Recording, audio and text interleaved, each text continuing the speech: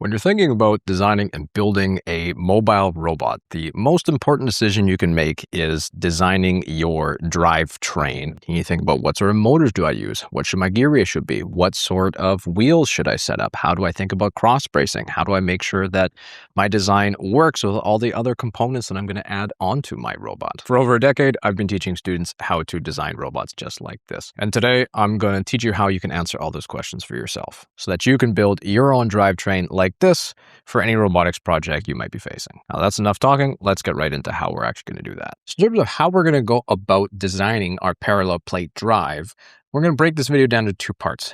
The first part is choices and design setup. So what are you going to need to do to actually what decisions do you have to make before you actually start designing?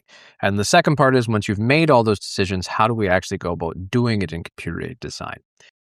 Now, for part one, in choices and design, we'll talk briefly about what a parallel plate design is in the context of robotics and why you might want to use it. Then we'll talk about some key design constraints. So what does every drivetrain need to have in order to be successful? And I'll teach you how you can make your own key design constraints so you know what success are in this case. Then you got to make four critical choices. You need to figure out whether you're going to be using belts or chains to drive your system. You need to choose a motor and a gear ratio. You need to choose that gear ratio based off of your ground speed. And then you also need to choose some sort of side plate material. And we'll talk about some considerations you might want to think about.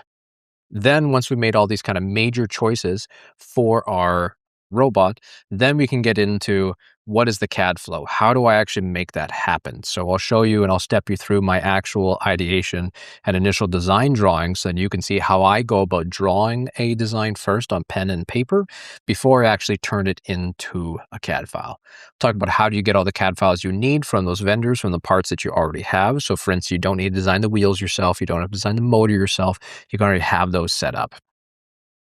Then I'll teach you how to use parameters in your design. So how can we create variables? That means that if we need to, say, change the size of our wheel at a later date, that will automatically propagate throughout the rest of our design in truly parametric design. Then I'll show you how we can set everything up with a master skeleton for the same kind of deal. So if we need to make something changes, everything works off of that. We'll make our master wheel kebab, or the actual wheel setup itself with the pulley setups. Then we'll finish off the pod. How do we actually add our motor in place? How do we add our wheel in place? Where do we add our ball bearings? Things like that. We'll start with designing just 1/4 of the motor. And then after we design that 1/4, we'll mirror it to make the other half of the pod. We'll mirror that entire pod over to make the other section of it as well. So in the end, we're actually only going to be CADing out one pod and we'll mirror it over to fit all four, which is going to be excellent. And it really saves us a lot of time in CAD. We'll also talk about how might you place odometry pods with some different styles of odometry pods that exist as well. How you might go about cross bracing and setting those up for modularity as well, so you can reuse this drivetrain from year to year without having to worry about that. And then lastly, we'll talk about lightening and pocketing design. So how can you reduce, a kilogram and a half off your robot while not reducing any strength and rigidity of your drivetrain so that it can still move around quickly, but take some of that weight off. So when it comes down to what is exactly a parallel plate design and why you might want to use it for a robot, I've got a typical robot chassis here that we're going to be designing today. We'll be making this setup. And in the context of robotics, if you're going to have 45.37 centimeters or 18 inches cubed as your size, that's typical in the first tech challenge for their setups. Parallel plate design allows you to fit a lot of things in these side plates, as well as have a lot of mounting points on the side. And when I say parallel plate, you've got one pod here. They run in parallel with each other, and it gives you lots of room for fun and activities inside of your robot because you'll be able to fit most of your things inside of these pods. We've got an odometry pods and on both sides that we can be able to figure out where we are, localize ourselves. We've got our wheels nice up, snug, and tight to the edges here. We've got a nice square wheelbase as well. And then it gives us basically the maximum amount of space inside of a robot that we need, as well as having some great mounting points and some great protection for our wheels itself. So there's a lot of benefits that come along with having a parallel plate design. ESD events is a big one. They're quite rigid designs as well as another good one in that respect. There's a lot of flexibility this affords you inside a parallel plate design. So in my opinion, when it comes to designing your own drivetrain, particularly if you're sort of learning in doing your own robotics, be able to design your own modular drivetrain that you can have a bunch of things added to and then take things off as you need. It's a really great boon for robotics and really adds a lot of skills to your robot, as well as tends to perform better than a lot of pre-built off-the-shelf kits like a Rev Robotics Mecanum Drive or a Go Build a Strafer chassis or a Studica chassis as well. So before I start any sort of design, I always make what are called my key design constraints. And what a key design constraint is I mean, we're all familiar with what a design constraint is. So in fact, whenever you make a design, there's certain level of things that you have to do and constraints that you have in order to be able to build this. And key one are, these are my absolute requirements that I want to be able to have.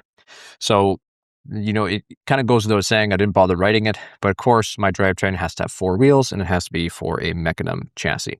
Didn't really bother adding that in. And it also has to have, you know, frictionless movement. So these things have to be able to move around easily without things being grinded or clamping. Kind of an obvious one, don't really bother putting it in. One of my big requirements is that these things have to be modular. So I have to be easy to be able to add and remove parts of my drivetrain. One of the biggest challenges I see when people design these drivetrains is that they design it to scope so particular that it's almost impossible to make changes to the design. So mine has to be modular because I don't want to have to remake the entire drivetrain just to add something on. It's got to be rigid. Of course, if your drivetrain itself is not rigid, you're not going to have functional parts. You're not going to have a functioning drivetrain. I think of it as kind of like shooting a cannon off of a canoe. You couldn't do that because it's going to wobble and wobble over the place. It's got to be ESD protected for electrostatic discharge. That means either if I'm going to use aluminum plates, I have to use a 1mm sheet of polycarbonate on top or vinyl, or I'm going to use 4mm acetal, or I'm just going to use, 4mm polycarbonate for the whole sheet. I want to have 2 parallel plates, and I want those wheels as close as possible to the outside of those plates because I want to have the widest wheelbase possible. So I want to have a wide wheel base. I want to have live axles, not a dead axle. So that means that the axle should spin with the wheel as opposed to the wheel spinning around the axle. It's got to be easy for me to be able to change my gear ratios, anywhere from a 300 to 500 RPM on the wheel by the time it's all said and done, so that if I have heavier or light robots, I should be able to do that quite easily. I should be able to leave as much space as possible in the middle of the design of the robot. So if I have one parallel plate here, I want to be able to maximize the space in between these 2 pods because typically that's where I tend to add a lot of my designs and my mechanisms and assemblies and things like that. Optional, I'd like to be able to leave space for a control hub and expansion hub inside these plates if I could. But of course, it's not required because I could mount it to the inside or the backs of these plates, whatever that ends up happening. I'd like to be able to, again, optional, integrate number plates on the side of this. I use that for a specific competition called FTC. I want to be able to have access holes for any sort of electronics that I have. So I have to have some sort of pocketing or lightning in this. I should be able to use 94 to 105 Mecanum wheels. And actually, I think I'm actually going to change that to 74mm to 105mm Mecanum wheels because I plan on using this with a bunch of different wheel types. So I don't want to be stuck to one specific vendor. I want to be able to drive this as an HD5 belt driven as opposed to chain. I'd like to add an arc slot tensioner for that belt so that as my belt stretches over time, I can add it in. I want to countersink the outside holes so I don't have these pins and I can keep my size constraints down. I need to have a low center of mass or gravity. If you have a robot that's on the side and has too high of a center of gravity, it tends to be tippy. So I want to have everything as low as possible. I should ideally have a square wheelbase because with Mecanum chassis, the more square it is, the better you have for strafing. It should be Rev and Go Build a compatible in terms of the patterns that I have. And then I should be able to have some sort of place for some dead wheels so I can have some Odometry. Either Go Build a 4-bar or Eastland Components 3D printed. This seems like a lot. However, I guarantee you that your design will be better if you spend the time really thinking about what your key design constraints are. Do not skip this part when it comes to designing a drivetrain. These are all of mine. Yours might be slightly different than mine. One of the big things here is you want to be able to have it compatible with any sort of build system that you use. I predominantly use Go Build It and Rev as systems, but I also use Swift as systems, and I occasionally use some AndyMark parts in here as well. So being able to have more compatibility between all these different platforms and all the different parts you have makes it a lot simpler to design. So one of the first choices you need to make in your design is how do you actually want to transfer the power from your motor to your wheel? And we don't want to do what's called a direct drive system, which is taking a motor and directly attaching a motor onto that and directly driving it through. Reason we don't want to do direct drive is because you can run into issues where if that wheel gets hit by something, now those wheels are going directly, or that shock load is now getting directly transferred to your motor. And it's a great way to break some gears, particularly on cantilevered systems or where the wheels only support on one side, not on both. I'm not a huge fan of direct drive. It also makes it a lot harder for you to add in any sort of external gear ratio. So for our purposes, a direct drive system is not going to work. So that really leaves you with how are you going to transfer power from your motor to your wheel? You could use two gears. Problem with that is that you run into spacing issues. If you want to change that gear ratio later, it's really hard to swap around on that spacing. So that really only leaves us with belts versus chains. And for the most part, either are really going to work just fine. And realistically, I think that it's a bit of an overrated thing. A chain drive will perform well, a belt drive will perform well. If I had to choose one, I would choose a belt, most because they're slightly more efficient than chains are. But there's something to be said about ease of use with chains, easy ability to be able to swap them out compared to swapping on a belt, because you can link it in while it's in place. It's a little harder to do with a belt. Chains are a little bit more forgiving in terms of the distances that you can choose. So if you're on the kind of newer side of robot building, I would tend to err on the chains. That doesn't mean it's going to perform significantly worse. In fact, it's going to be pretty darn close. I have seen high-performing robots do chain drive. I've also seen high-performing robots do belts. And I wouldn't say that you're going to be, kneecapping your robot's performance just because you're doing chains. If we look at, motorcycle racing, it's good enough to have a chain drive there. So, if you can have a motorcycle going 400, 500, 600 kilometers an hour plus on chains, probably ain't the chain's fault.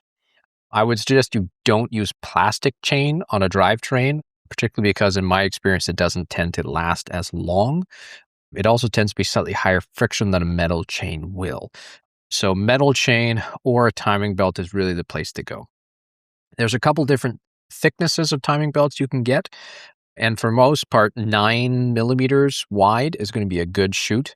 If you do anything thinner, it's not going to be able to transfer the amount of torque we need. If you do anything fatter, you're really just adding in extra space that's not really necessary in the size of robot that we're going to be making, which is, a maximum of 45 centimeters cubed. Then when it comes to chains, 8 millimeter chain, it's great. I think 6 millimeter pitch also works well, but 8 millimeter pitch is a fantastic setup for this. Metal. And then for timing belts, I would consider, a high torque drive 5 or HCD 5 is basically considered, it's high torque. It's got 5 millimeter teeth. It works well for drivetrains. I would not suggest something like a Gates Tooth 2 or GT2 profile. It's going to be too thin. So when it comes time to choosing a wheel and choosing a motor, one of the most important things to recognize here is that a lot of wheels and a lot of motors can be competitive. And realistically, the things you have on hand are probably going to perform better than having to go out and buy new parts. So that being said, some wheels are definitely better than other wheels. I do want to mention that. And I'll be having some full testing on that in the future. So the first thing that I typically go about dealing with is to say, what is my wheel? Yeah, what wheel do I have? There's Go Build a 96 millimeter, 104 millimeter. Andy Mark's got some great 3-inch and 4-inch ball bearing wheels. Rev's got their Mecanum wheel V2, and then Studica Robotics also has their Mecanum wheel. There are a couple other Mecanum wheels that exist. So if you want access to this sheet, you can also take a look at that to punch in your own diameters. But of course, if you want to pause this and look at my formulas up top, you're more than welcome to do this yourself as well. When it comes to deciding on that wheel and that motor combination, I like to look at what have strong performing robots in the past done. So I've kind of broken this up into a slow bound and a fast bound when it comes down to an RPM at a wheel speed based off of a 104 millimeter wheel diameter. So if you have a, say, 312 RPM for that wheel speed and a 104 millimeter diameter, that's a standard motor combination, I believe, in the Go Build a Strafer Cassie kit, you're going to end up with a ground speed of about 1.699 meters per second. What I would consider a kind of good mid-range for a lot of teams. Some teams find this a little fast to drive on. But I find once you can get your driver up performing with this tends to perform a little bit better for a lot of teams, particularly on the higher performing side of things. And a gold default to shoot for might be something like a 435 RPM motor for a 2.369 meters per second. So I'd say anywhere from 2 to 2.5 meters per second on the ground speed is a pretty good place to shoot for. And that is based off of a standard go build a Mecanum wheel from I think a V6 onwards for the Striffer chassis and a 13.7 to 1 gear ratio Yellow Jacket motor. An upper bound I would consider would be, a 500 RPM of about 2.723. I don't think you're going to get much performance benefit beyond a 500 RPM. You might punch just a little bit, but then you start running into things like overcurrent issues and your robots tend to be really heavy. If you're going to be on this really upper fast bound, you got to make sure you got a real light robot. Yeah. So don't run anything too heavy on here. And if you're on the heavier side, work towards the slower bound. When I'm talking about that, anything above, say, 17 kilograms, I'd say you're on the heavier side. And about the lightest I've seen is on about 13 kilograms. That'd be pretty light robot, 13, 12 kilograms. There's also a Swift Drive V2 that has come out as well. They got a 475 on an 86 millimeter diameter. That gives them a wheel speed of about 2.139 in meters per second as well. So realistic, anywhere from 2 to 2.5 meters per second is going to be a good thing to shoot for. So when it comes to selecting the motor that you're going to choose, I am a big fan of not choosing the exact RPM motor that you need.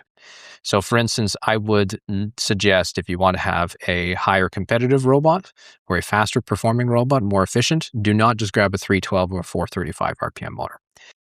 And the reason that I suggest that is because when you look at the gearboxes, what these are ultra-planetary, or they're planetary gearboxes that get stacked up. And the thing to recognize about planetary gearboxes is that inside of this, there are 4 gears. Yeah, there's the sun gear, and then there's the planet gears all the way around. And then there's also the outside ring gear as well.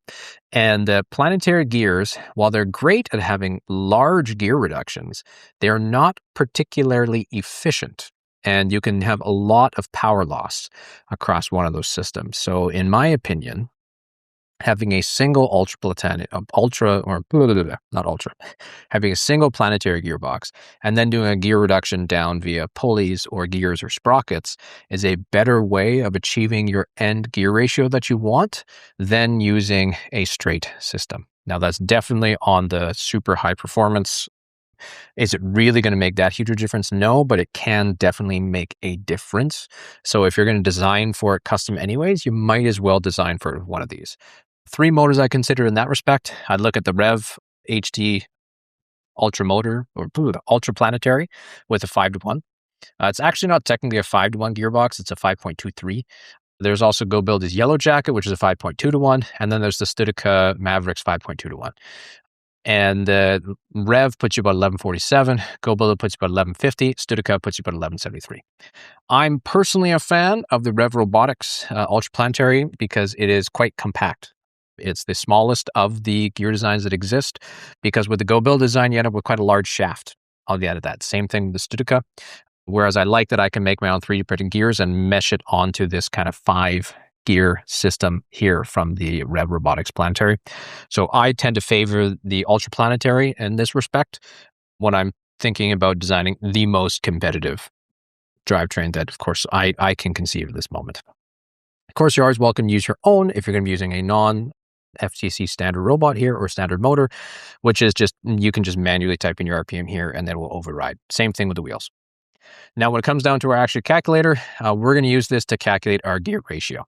So I'm going to run through these if you want to just look at the formulas really quick, if you want to type it out yourself. Of course, if you want to, you can get access to this by joining my community, and then you can find all these files for you as well. So I'm going to choose the wheel. I'm going to be using the AndyMark 3-inch Mecanum for my setup. I'm also going to be using the Rev Ultra Planetary, which puts me an input RPM, but 1147. Now it's time to manually choose how many driver pulley teeth you want. I would suggest to use the smallest number of teeth you need on your driver gear and one of the larger size of teeth you need on your driven gear. So I'm going to choose 18 teeth. In my opinion, on an HCD5 with the amount of wrap that we're going to have, it's really the minimum amount of teeth that you should have to not have your pulley want to come off. And you can go down to 15 teeth if you want. That's about half of your pulley wrap, a little bit less than half. But you really do risk having that belt wrap not being able to wrap around that pulley and not be able to engage as much in that respect. If I were to set these up, it's going to set my target ground speed of 2.3, 2.4 meters per second, because again, I'm defaulting that based off of what is a really decent truth for me to go off to. If I want to change that as well, I could say something like a 2.4, and I could even go up as well, or I could even go 2.5, and it will push out the different things that I'm looking for. So my wheel circumference obviously never changes. The wheel RPM that I need to spin to be able to get that targeted ground speed changes based on the size of the wheel you have. So for instance, if I were to swap over to go build this 104 Mecanum, you'll notice that I need a much larger gear as my driven gear or my output gear. Whereas if I swap back to that 3-inch, I have to go quite a bit higher to be able to achieve that same sort of ground speed. So I'm going to go back to that 2.369. Oops, I don't want to have a slash in there. And it looks like when I look at my gear ratio output to be able to achieve that 2.378 ground speed, which is about, 0.5% above, I should have a driven gear or driven pulley with has 35 teeth. So overall, that's going to be an overall wheel RPM of 589 and about a standard shooting for what it is that I'm looking for. So as we move forward, I'm going to use 35 pulley teeth, and I'm going to use 18 pulley teeth on the motor itself. So I'll make sure that I write those down, and then we'll continue on. When it comes down to what kind of materials you might want to consider using for your side plate, there's a few that I would consider to be running on a competitive robot, or a robot that's just going to last, to be honest. First one I consider, especially in prototype phase, is plywood or multiplex. I wouldn't go anything less than 6 millimeters. Anything 6 to 8 millimeters, depending on the type of wood that you have, works a little better. If you have a hardwood multiplex, 6 millimeters is going to work a little better. If you have a softwood multiplex, 8 millimeters is probably going to be a little bit better in that respect. Now, what you can also do as well, what I've done with my team in the past, or teams in the past, is we've taken a 4 millimeter sheet and then we've laminated another 4 millimeter sheet on top and made your own 8 millimeter multiplex. It's the exact same thing that they're going to do with an 8 millimeter multiplex anyways, just extra layers. You're just laminating yourself. And some laser cutters can't get through 8 millimeters, whereas a couple 4 millimeter passes, 100% doable. This is a competitive material, despite not sounding like it. Wood is a strong material. North America has been using it to build houses for a really long time, as have a good chunk of places in Asia. It's a pretty decent way of building up a robot. I was about to say building up a house, but you don't want to build up a house like that. I personally would not consider MDF as a material to use for a side plate. I've seen some teams use it. I've seen some people build robots out of it. If you're not going to be facing any impacts, MDF's okay. If you are going to be facing impacts, I would strongly consider it against MDF. It just does not have the strength. Effectively, what MDF is it's pieces of it's sawdust that's been mixed together with a resin or glue and then compressed in heat. So it just doesn't have that fiber strength that a plywood or a multiplex really does. Another fantastic material is aluminum. You can do anything from 3 to 4 millimeter sheets. If you're going to be on the harder or stronger aluminum grades, you can get away with thinner sheets like 3 millimeters. If you're going to be on the softer grades, I'd probably consider more along the lines of 4 millimeters, depending on, and again, this is going to be on how much side bracing you're going to add. I would probably err on the side of 4 millimeters just because sometimes your robot can definitely take some collisions, and 3 millimeters might be a little bit thin. There's a couple different grades that I consider. A really standard grade is 60-61 or 70-75. Now, 60-61 is kind of your bog standard material for, mechanical engineering parts out of aluminum. 70-75 is a little bit stronger, but it's also a lot harder machine. It's a lot more expensive. Realistically, are you going to see a huge performance difference between 60-61 and 70-75? I'm not convinced there's going to be a huge performance difference between them.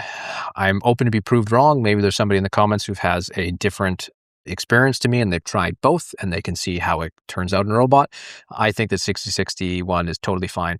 That said, if you don't have these exact grades, in my opinion, on these small robots we're running, any of the 6,000 or 7,000 grade or even a 5,000 grade marine grade will probably perform just fine in the FTC context. I would try to stick to these two, but again, it's not a huge deal. Another great material is polycarbonate. 4mm, 4 to 6mm polycarbonate works really well. It's easy to work with, it's easy to machine, it's easy to water jet, it's easy to CNC, and it's a great, robust material. Keep in mind, polycarbonate, you can't use any thread locker on it because it will shatter the plastic. So make sure you have a polycarbonate safe thread locker as well. Standard Loctite won't work. Another material that's one of my favorites is acetyl or Delrin or acetal or palm Delrin. It's sometimes called as well, depending on where your brand name is. And I believe polycarbonate's also sometimes called Lexan, is a brand in North America. And 4mm acetyl is one of my favorite materials to make drivetrains out of. You can get in a lot of different colors. It's a self-lubricating plastic. It's super easy to work with. It's easy to laser cut. It's easy to water jet. It's easy to CNC. I just think overall it's a great material, and it's quite a bit cheaper than aluminum is as well. So I tend to lean towards the polycarbonate or acetyl side of things when I'm making side plates as opposed to the aluminum side of things. One thing to think about if you are going to go on the aluminum train, make sure you have some sort of vinyl wrapping on the outside of your robot or some sort of thin acetyl or polycarbonate sheathing on the outside so that when you run into another robot or you run into some sort of metal or steel, that you're not having electric static discharge event by having different static charges when you run into it. If you want to learn more about that, I have a full video down below on how you can deal with electrostatic discharge events and disconnects on your robot. So once I've gone through and actually designed those key design constraints, I actually go through into the main ideation process itself. And when it comes to my pod wheel design, again, this should probably be 74. I'm going to step you through how I went about doing this. So I start laying out, so some of my parameters might be when I start doing my CAD. I'm going to have to know my wheel diameter. I'm going to have to know what my wheel base size is. I'm going to need to know my axle size.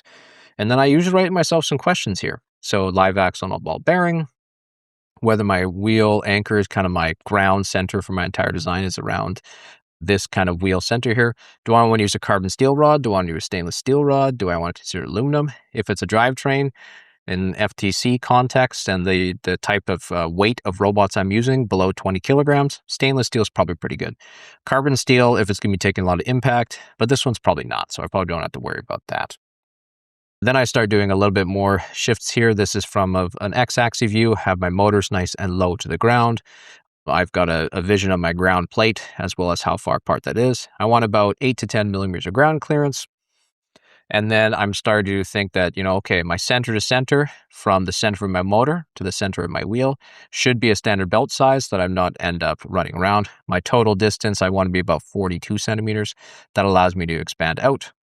One of my key design constraints has to be 18 inches or less, which is about 45.7 centimeters max. So if I make it about 42, I'm pretty comfortable to expand beyond that if I need to. Then I started thinking about what are some different belt paths I could use when it comes to adding slot tensioners. Now, some of these I'm already aware they're not really going to work, but I show you all of these just for completeness sake so that you can see how you might want to do kind of perfect worlds. Now, in terms of slots, a linear slot is more than good enough. You could use an arc slot in this case, but it's not really necessary because you're just kind of to put things down on your belt pulley. Now, I could have it on the inside where I'm pushing up on the belt. Problem with that is if I put the slot on the inside of the belt is now I end up having less engaging teeth. Another option is when the slot's outside, I'm pushing down. This is a better belt tensioning path because now I'm starting to actually increase my wrap around that 18 tooth sprocket down in the middle. This is my motor, this is my wheel, just in case that's not clear from these two sections. So this one's looking pretty good. This slot at the bottom, again, runs in the same problem where I'm actually starting to decrease teeth engagement. And if I'm doing that, it might make me more likely to slip a tooth. And up here as well, this one would also be a decent setup. Problem between these two and why I decided to choose this as my slot on the outside as opposed to this one is that this means that my section's quite low to the bottom and I might run into some ground clearance issues if I put in a slot down at the bottom. Plus, especially if my motor is really low. And in this design, it allows me to have my motor lower, which of course goes back to that key design constraint of having a lower center of gravity. So likely this is the decision that I'm going to end up going. So I like to ideate a whole bunch of different ideas on here just to make sure that I'm going through these kind of best practices as I'm running through ideas. Then I start actually getting into, CADing out some things on my master skeleton plate. I might add, a 54 tooth pulley. I add in my wheel. I start adding in some rough dimensions, make sure I'm thinking about ground clearance, my tension slot, where my motor is going to go, how many pulleys are going to have, how I'm going to mount the motor, how I'm going to mount that plate for the motor. And then I start doing a little bit of calculations for my belts, for what my center to center would be. We'll get into this later, but this was done on something called re.calc. There's a really useful website. We'll talk about how you know what your center to center should be so you know what belt it is you should be using.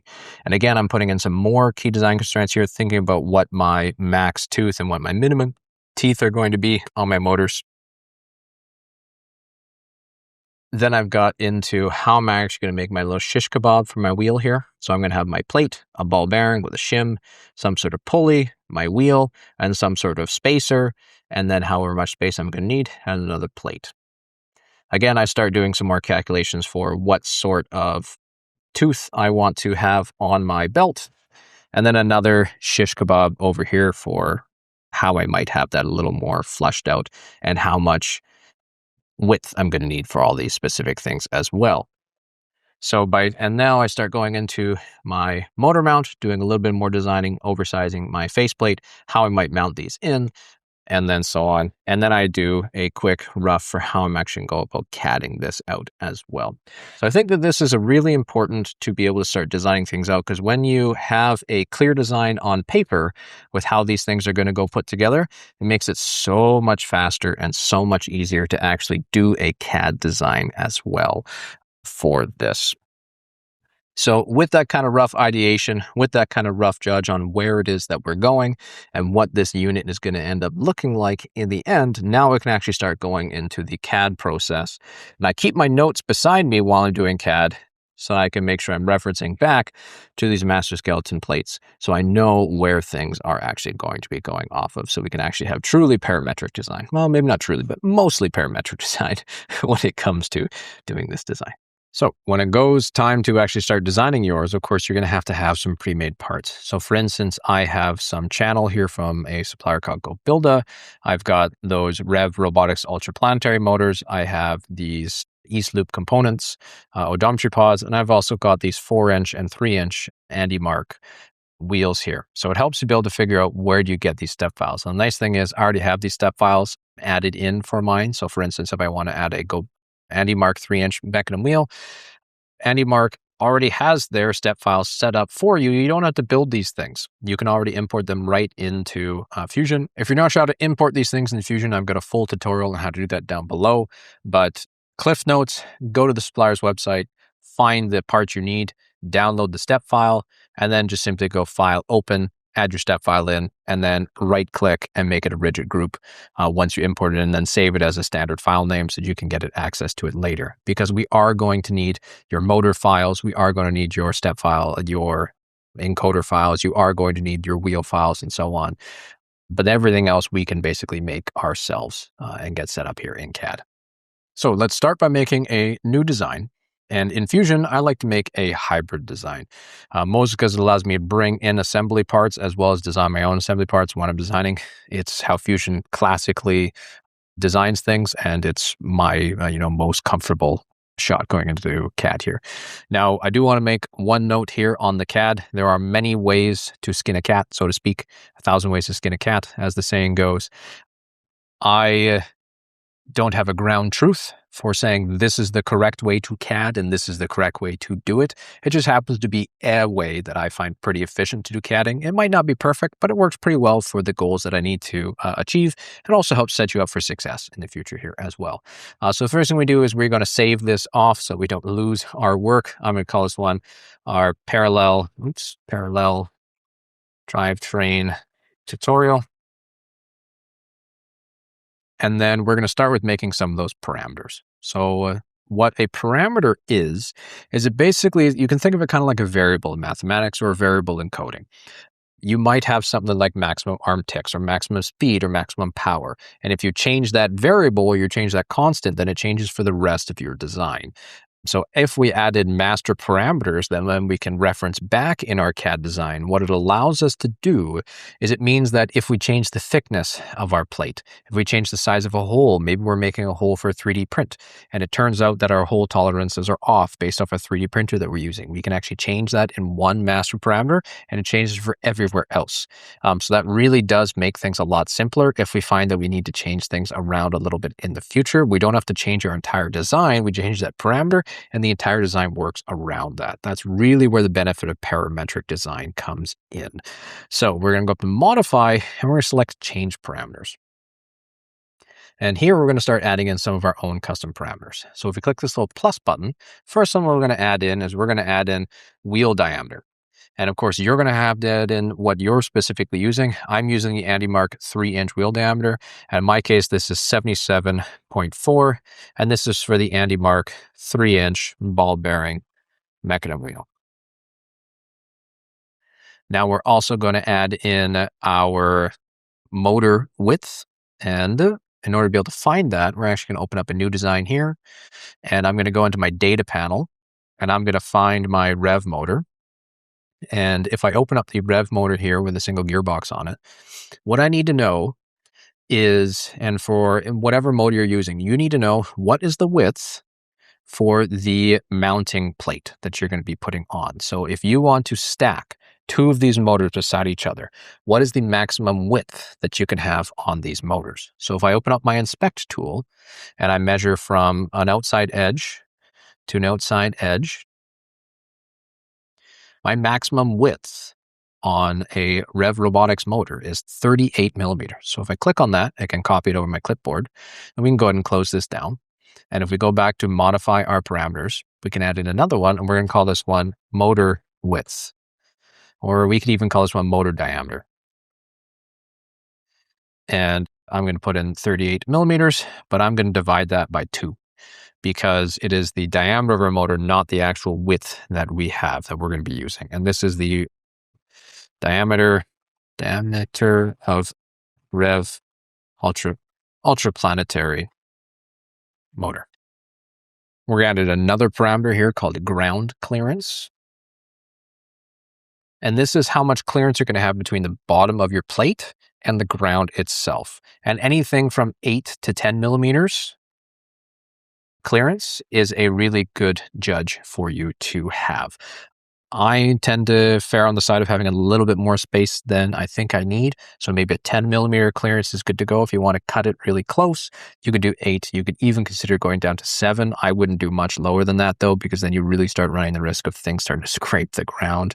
And you really don't want things scraping the ground if you were to hit or pivot or move on. But the closer you are to the ground, the better it's going to be because your center of gravity is lower to the ground, which is a really good place to be. Another thing we're going to put in here is plate total length. And again, you get up to 457 millimeters in design. I'm going to reduce that a little bit because I don't like going right on the edge of a design. So I'm going to say 440 instead, give myself a little bit of wiggle room inside this. And this is of course, the total length of a plate. And we can go 457 millimeters max. So if we want to, reduce our total plate a little bit, we want to make our drivetrain a little bit smaller in the future, we can, of course, go back and do that. We're also going to add in a plate width or thickness in this case. So I'm going to add in 4 millimeters, and this is a 4 millimeter acetal thickness. So I might actually call this, plate thickness instead. Plate thickness. And another design that's really helpful for us to have is some sort of buffer around all of our plate. So you don't want your parts going all the way to the edge of your plates, because if something were to come in and hit something, then you, of course, could run into the issues of things actually running into us. So we're going to actually add a little bit of a buffer area. So I'm going to call this one a plate outer buffer. And we'll add ourselves, anywhere from 5 to 10 millimeter buffer zone, so that we don't place things too close to the edge of our design. Now, if you find that that's too much, you can, of course, reduce that. If you find it's too little, you can, of course, add it in. Depends on how close to ultra performance you want to really scrape on here. Bear in mind, the closer you make your tolerances, the more likely you are to make sure things have to all work perfectly. So if it's your first shot at this, you haven't done a full test of this, you might want to err on the side of slightly more space in this respect on those buffer points than cutting it right to the edge as well. Now, we need to be able to put in those pulley diameters as our other sections, but we actually don't know what our pulley diameters are, nor do we know what our center-to-center distance is from our motor to our wheel. So how are we actually going to go about calculating that? Now, we don't want to straight up guess, particularly with a belt. So there is a fantastic website out here called Recalc, or Reka.lc, and it was made by a couple teams and quite a few people actually in the FRC, or the First Robotics community, as well as the FTC, or First Tech Challenge community as well. So huge thanks to these folks right here for a lot of their different designs on helping out with Recalc. And what Recalc is there's a lot of calculators here for pretty standard things that we need to be able to do in robotics. Things like intake calculators, ratio finders, flywheel calculators, linear mechanisms, belt calculators, so on. There are so many useful tools on this page that will help you do some calculations. So we're going to use the belt calculator. And of course, the belt calculator also works for sprockets. That's fine. It doesn't have to be a belt specifically. We're going to be choosing HED 5mm. It's a great high torque drive in this case, and I'm going to swap everything over to millimeters here because that is how I prefer to do most of my CADing. But of course, you can do your CADing otherwise. You don't have to change anything with your pitch and your tooth increment. Those are already correct for an HED5. Your target center we will change, but we're going to change that later. The first thing we're going to choose is we need to put in our teeth count. So when we did our calculations earlier, I found that I want to have a driver gear, or an input gear, of 18 teeth. We want a driven gear of 35 teeth, or an output of 35 teeth. Now, we need to figure out, to be able to get what belts it's going to output. Is it going to output a smaller belt and a larger belt for us? So it's going to say, hey, right now you have a target center-to-center distance of 5mm. Obviously impossible. A smaller belt you can use is 35 teeth. A larger belt you can use is 40 teeth. And that will give you a center-to-center distance of between 30 and 15. So it's going to give you a smaller belt and a larger belt that you can use in this setup. So we need to figure out what's the maximum distance that we can have between our wheels here and between our wheel and our motor to be able to have that set up. So let's go back to our CAD and let's start doing some basic sketching so that we can start adding in this kind of design. So I'm going to go ahead and I'm going to make a new component, and I'm going to call this one our master pod, because it is going to be the main pod that everything is going to group itself off of. And we're going to make another component in here, and we're going to call this one our master skeleton. And the skeleton is going to be based off of basically a drawing that we're going to reference for everything else that we do. So let's make a new sketch with the master skeleton as our active component. Let's make a new sketch on the left face here. And let's start adding in our ground plane. So I'm going to press L to open up a new line. We'll grab a construction, and we'll grab it off the origin point here. We're just simply going to grab something. We'll make it 457mm long, press return, and now we've got our ground plane. Now, before we can design that sort of rectangle that our pod is going, or that first quarter pod is going to shoot itself off of, we need to lift it up by our ground clearance. So I can grab line by grabbing L on my keyboard again. We're going to click on origin, come up, and we're going to type in our ground clearance. And we can see that our parameter shows up. It even tells us what our measurement is. Press return and return again. And now you'll notice that rather than having just a straight up dimension, which in this case it was 457, now we actually have a FX, which means we have a parameter here for our ground clearance. So if I wanted to go back and modify, change my parameters, and in my ground clearance here, if I were to change this to 8, now you notice that this design automatically changes for me, which is awesome. And truly, I'm going to Command Z to undo that change. And that's truly where parametric design comes in, because you can make changes here, and then the rest of your design works around that instead of having to go back and change all your designs later, which really saves a lot of time. So now let's start with making our first quarter pod here. So I'm going to open up a rectangle. I'm going to get rid of my construction line. We're going to work off of this top left-hand corner where that other ground was. And we don't care about our height right now because we're going to figure that out later. So I'm just going to choose some sort of arbitrary height. And I'll press tab to go down to my distance here for along my width. And we know that our total plate length is 440. And we're going to divide that by 2 and press return so that we end up with just a quarter of a plate. Because if you remember, we're going to design just 1/4 at a time. Then we're going to mirror over the corner. Then we'll mirror the 2 over so that we end up with one section, another section, and one section. We only end up having to design a single pod at a time instead of having to design everything all at once. And because then when you make a change to one, all 4 pods change, which is awesome. We don't want to have to make any of those shifts partway through because that can really end up being a bit of a nightmare and we don't really want to have to deal with that. So now with this kind of setup here, we can start putting in our wheels and our motors as well for our motor buffers. So I'm going to make a polygon over here, just kind of somewhere randomly. We're going to place a motor. Let's create a new polygon. And I'm going to make a circumscribed polygon. I'm just going to choose somewhere arbitrary for now. And we know that it is our motor diameter. We already typed that in. So now we have our motor diameter. And rather than being able to freely rotate and spin this thing around, we don't want to be able to do that. I'm going to constrain this to be horizontal vertical because with these 2 motors, if I were to line them up flat to flat, that's as close as I can be able to get them. And then if we have one motor here, eventually we're going to mirror it over, have a second motor over here. I don't really want these motors touching. I want a little bit of space between them instead. So I'm going to figure out my distance across here. So I'm going to add a new sketch dimension. We'll go with dimension from this line to this line here. And then we added in a buffer, which was our plate outer buffer of 5 millimeters. So now we have a 5 millimeter space here. So we should end up with 10 millimeters between the two. And I'm also going to want my motor to be as close to the ground as I can without really sort of scraping the ground. So again, let's grab our sketch dimension, or you can press D on your keyboard and we'll grab that point and this point here. And again, I'm going to make it that plate outer buffer so that it's got a 5 millimeter outer buffer space there, which is more along the lines of what it is that we're looking for. Next up, we can put in our wheel now that we know where our motors eventually can end up sitting. So I can grab a circle and I'm just going to put this arbitrarily wherever. And we know that our circle can be our wheel diameter of 77. And again, with our wheel should obviously be touching the ground. So rather than dimensioning our wheel here, we're actually going to add the tangent constraint.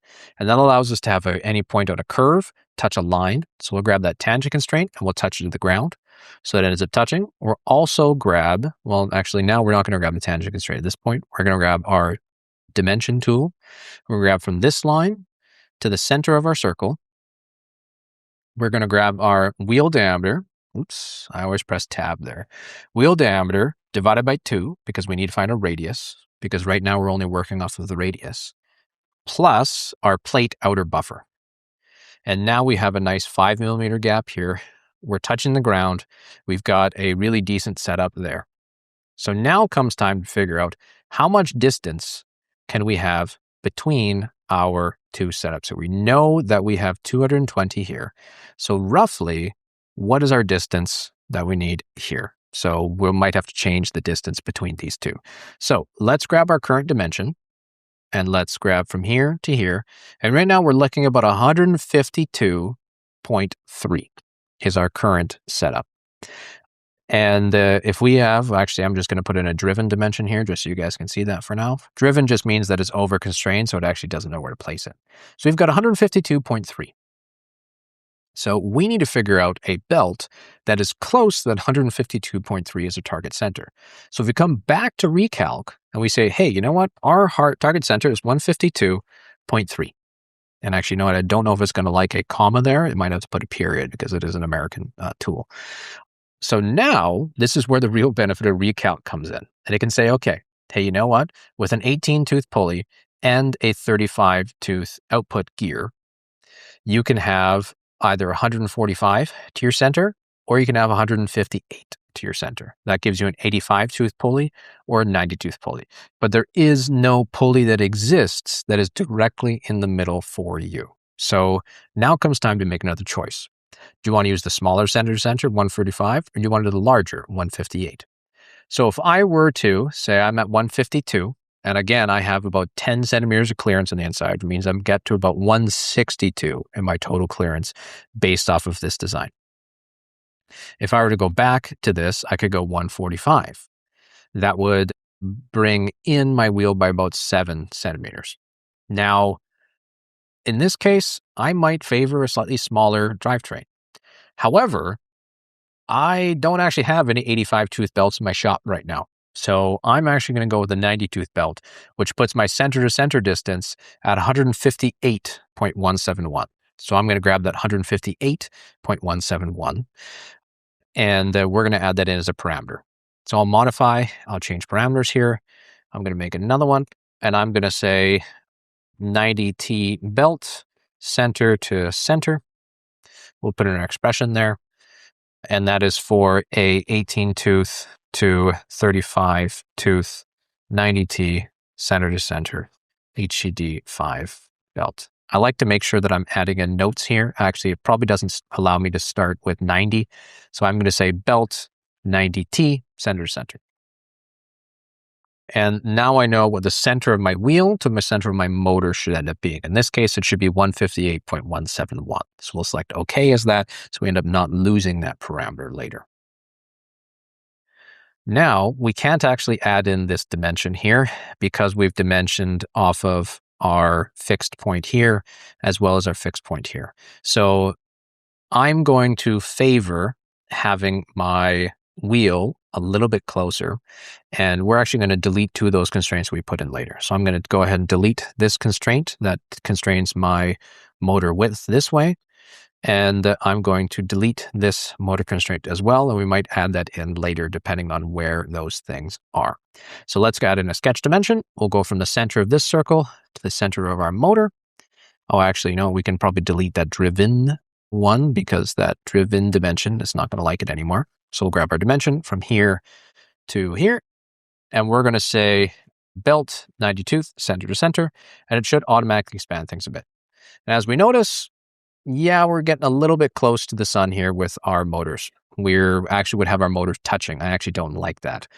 So now it comes time to make a choice. Do I favor having a little bit of extra gap here? Do I make my plate buffer a little bit smaller? Do I increase the size of my plate because we made it 220 earlier? Maybe I make this one, maybe I change my total plate length. So let's try that. So let's change a couple of those actually. Let's go to modify, we'll change our parameters. And for our total plank length, let's actually make this something like 446 because we get 457 as a total. So we add an additional 6 millimeters there, additional 3 there. And let's make that plate outer buffer something like, 4.5 millimeters. So we actually have slightly less of a plate outer buffer. So now we actually have quite a bit more space here. So let's add a dimension from this line here to this outer edge. And again, let's make this the wheel diameter divided by 2, plus our plate outer buffer. So we end up with a decent outer buffer there. And let's check what our total distance is here. So if I were to grab my inspect tool, measure from here to here, that's 2.6 millimeters. That means when I go to add these 2 motors together, they're going to be about 5 millimeters apart. That's actually pretty okay. Not quite what I would like. I'd like a little bit more, maybe something like 7. So let's expand out this total plate width again. Let's change our parameters. Let's go to that total plate length, and let's say something like 450. And that should give us a little bit healthier of a distance here. So if we were to inspect again, let's inspect from here to here. That's about 4.6. That's a little bit healthier from what it is that I'm looking for. That's about a 4.5 all the way around. Pretty darn good for the distance between our motors. I'd be pretty happy with that. Now, the last thing we can do on ours is, of course, constrain this total height. And again, we can grab our distance here. So let's grab our sketch dimension from this point to this point here. We'll throw that out. And if I just click on this dimension here, it'll just say that it's the exact same dimension as this. So if I were to change this dimension later, this one's also going to adjust as well. So I don't have to worry about changing it later. So now I've got my full plate design. I have my decent ground clearance. I've got a great center to center distance between these two wheels. I have quite a bit of distance here. I've got lots of space on the inside. If I were to inspect, I've got measure from this wheel over here to this wheel. I've got 100 millimeters space between those wheels, tons of space for room and activities to be able to add in something like an odometry pod or sensors or whatever have you. I've got lots of mounting points to be able to move this on. So now that we're done with this skeleton here, I can go ahead and press extrude, or I can press E on my keyboard. We'll extrude out this main plate here, and we're going to come out this way by just 1 millimeter. I'll make it a new body, and this is our skeleton frame that we're going to reference everything off of. Now, when it comes time to actually start designing this pod here, when I change out those skeletons, and if I modify the skeleton, because everything else is going to be referencing this sketch design or this body itself, as we modify this sort of master sketch, I'm going to rename this right now so I don't forget this. Where is rename? There it is. So we're going to call this one our master sketch. If I were to ever make changes to this master sketch, now they will propagate forward into my design, and that makes life a lot simpler. So with that master skeleton done, the next thing we're going to work on is making our little wheel shish kebab here. And we're going to make one of them, and we're going to master, mirror it over to be able to make 4 of them. So we'll end up with one sort of main pod that will end up getting designed over.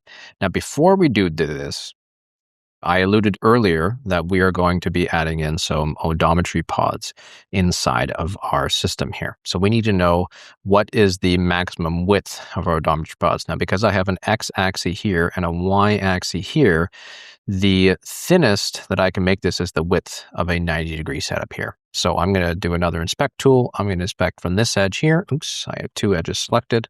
I'm going to inspect from this edge of my odometry pod to this edge, and the minimum I can have is 53.5. And that is on top of a little bit of gap between where my timing belt is and my actual pod. So if I got 53.5, I'm probably going to want to add in about a 4 millimeter gap here to be able to add that in for that section. So for my total length, it will be whatever my pulley width is plus that 53.5. So I'm actually going to write that down. Actually, instead of writing down, let's make a parameter. So let's make a new wheel here. Let's make it a hybrid design. And we're going to modify a parameter. And we're going to call this one axle distance. Oops, we can't have spaces. Axle distance minimum min for Odo pod. And we knew that this was 53.6 plus 4 millimeters. And this is going to be the distance from the belt to the edge of the next inside plate, so that we don't end up being these things getting a little too snuggly. So let's go ahead and save this. We're going to call this one I'm going to call this one my Andy Mark 3-inch wheel kebab. And everything's going to be based around our pulley and our axle. So let's throw in an axle first. So I'm going to make a new component. I'm going to call this one my main axle. And we will add in a sketch here just on let's add it on the left face here. And then we'll make a polygon, because everything's based off of, or in my case, it's all going to be based off of 7 millimeter. So 7 divided by 2 gives me 3.5. And we'll give this a vertical horizontal constraint just so we end up with a fully constrained design. And for now, let's just extrude this out. Just a straight up guess.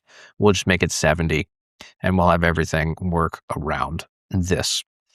As everything's based off of this center point here, we can also go ahead and add in a ball bearing on this section here, because this is the section where our plate is going to mount up against too. So we can go ahead and add that ball bearing in. And with my axle, I'm actually going to constrain it internally. You can constrain things externally or internally on an axle. Now, for constraining my axles, I've been a big fan of using these little Masumi collars lately, because I find that they're quite small. So before we do that, we have to add in a ball bearing. And you can add in anything that's got a 14 millimeter outer diameter, 8 millimeter inner diameter.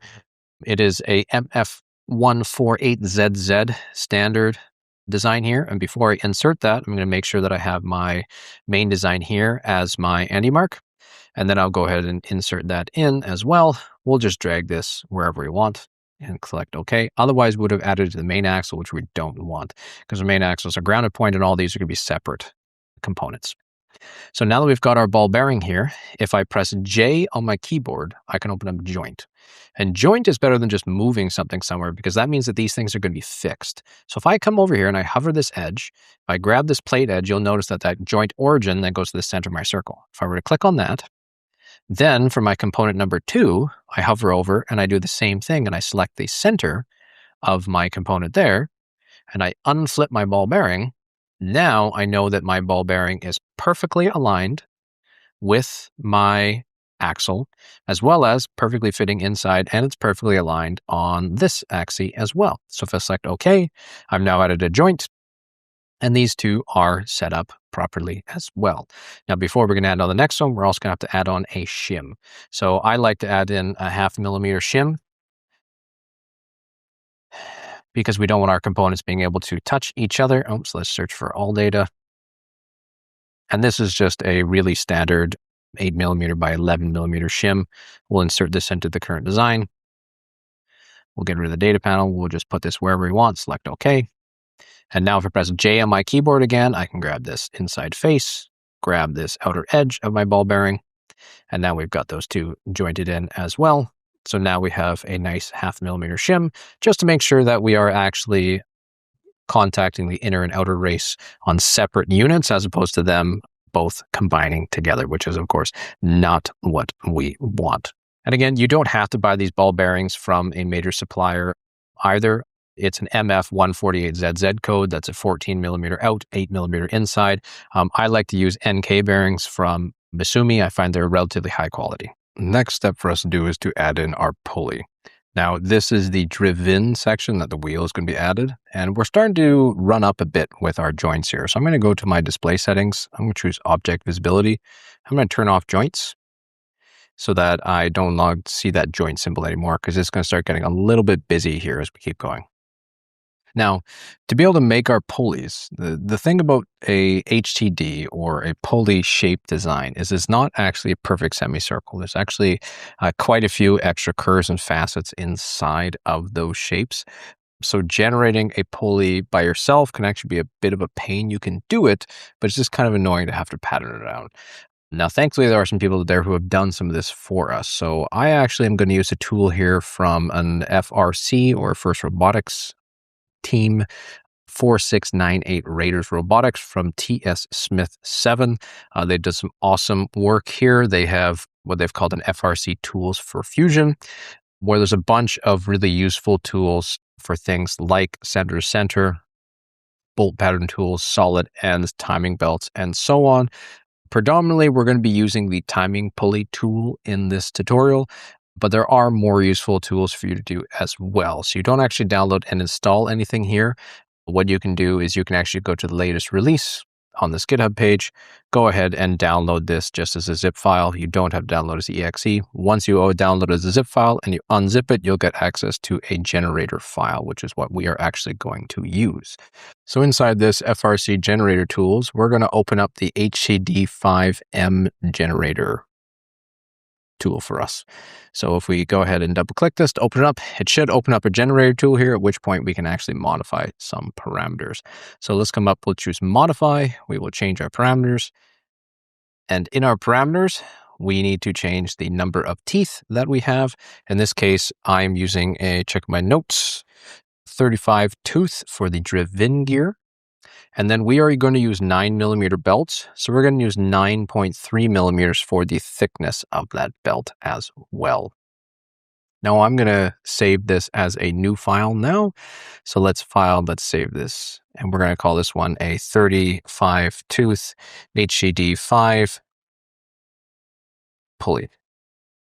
Now, the next thing that our pulley needs is we need some spacers on the edges so that we actually don't have our belt falling off.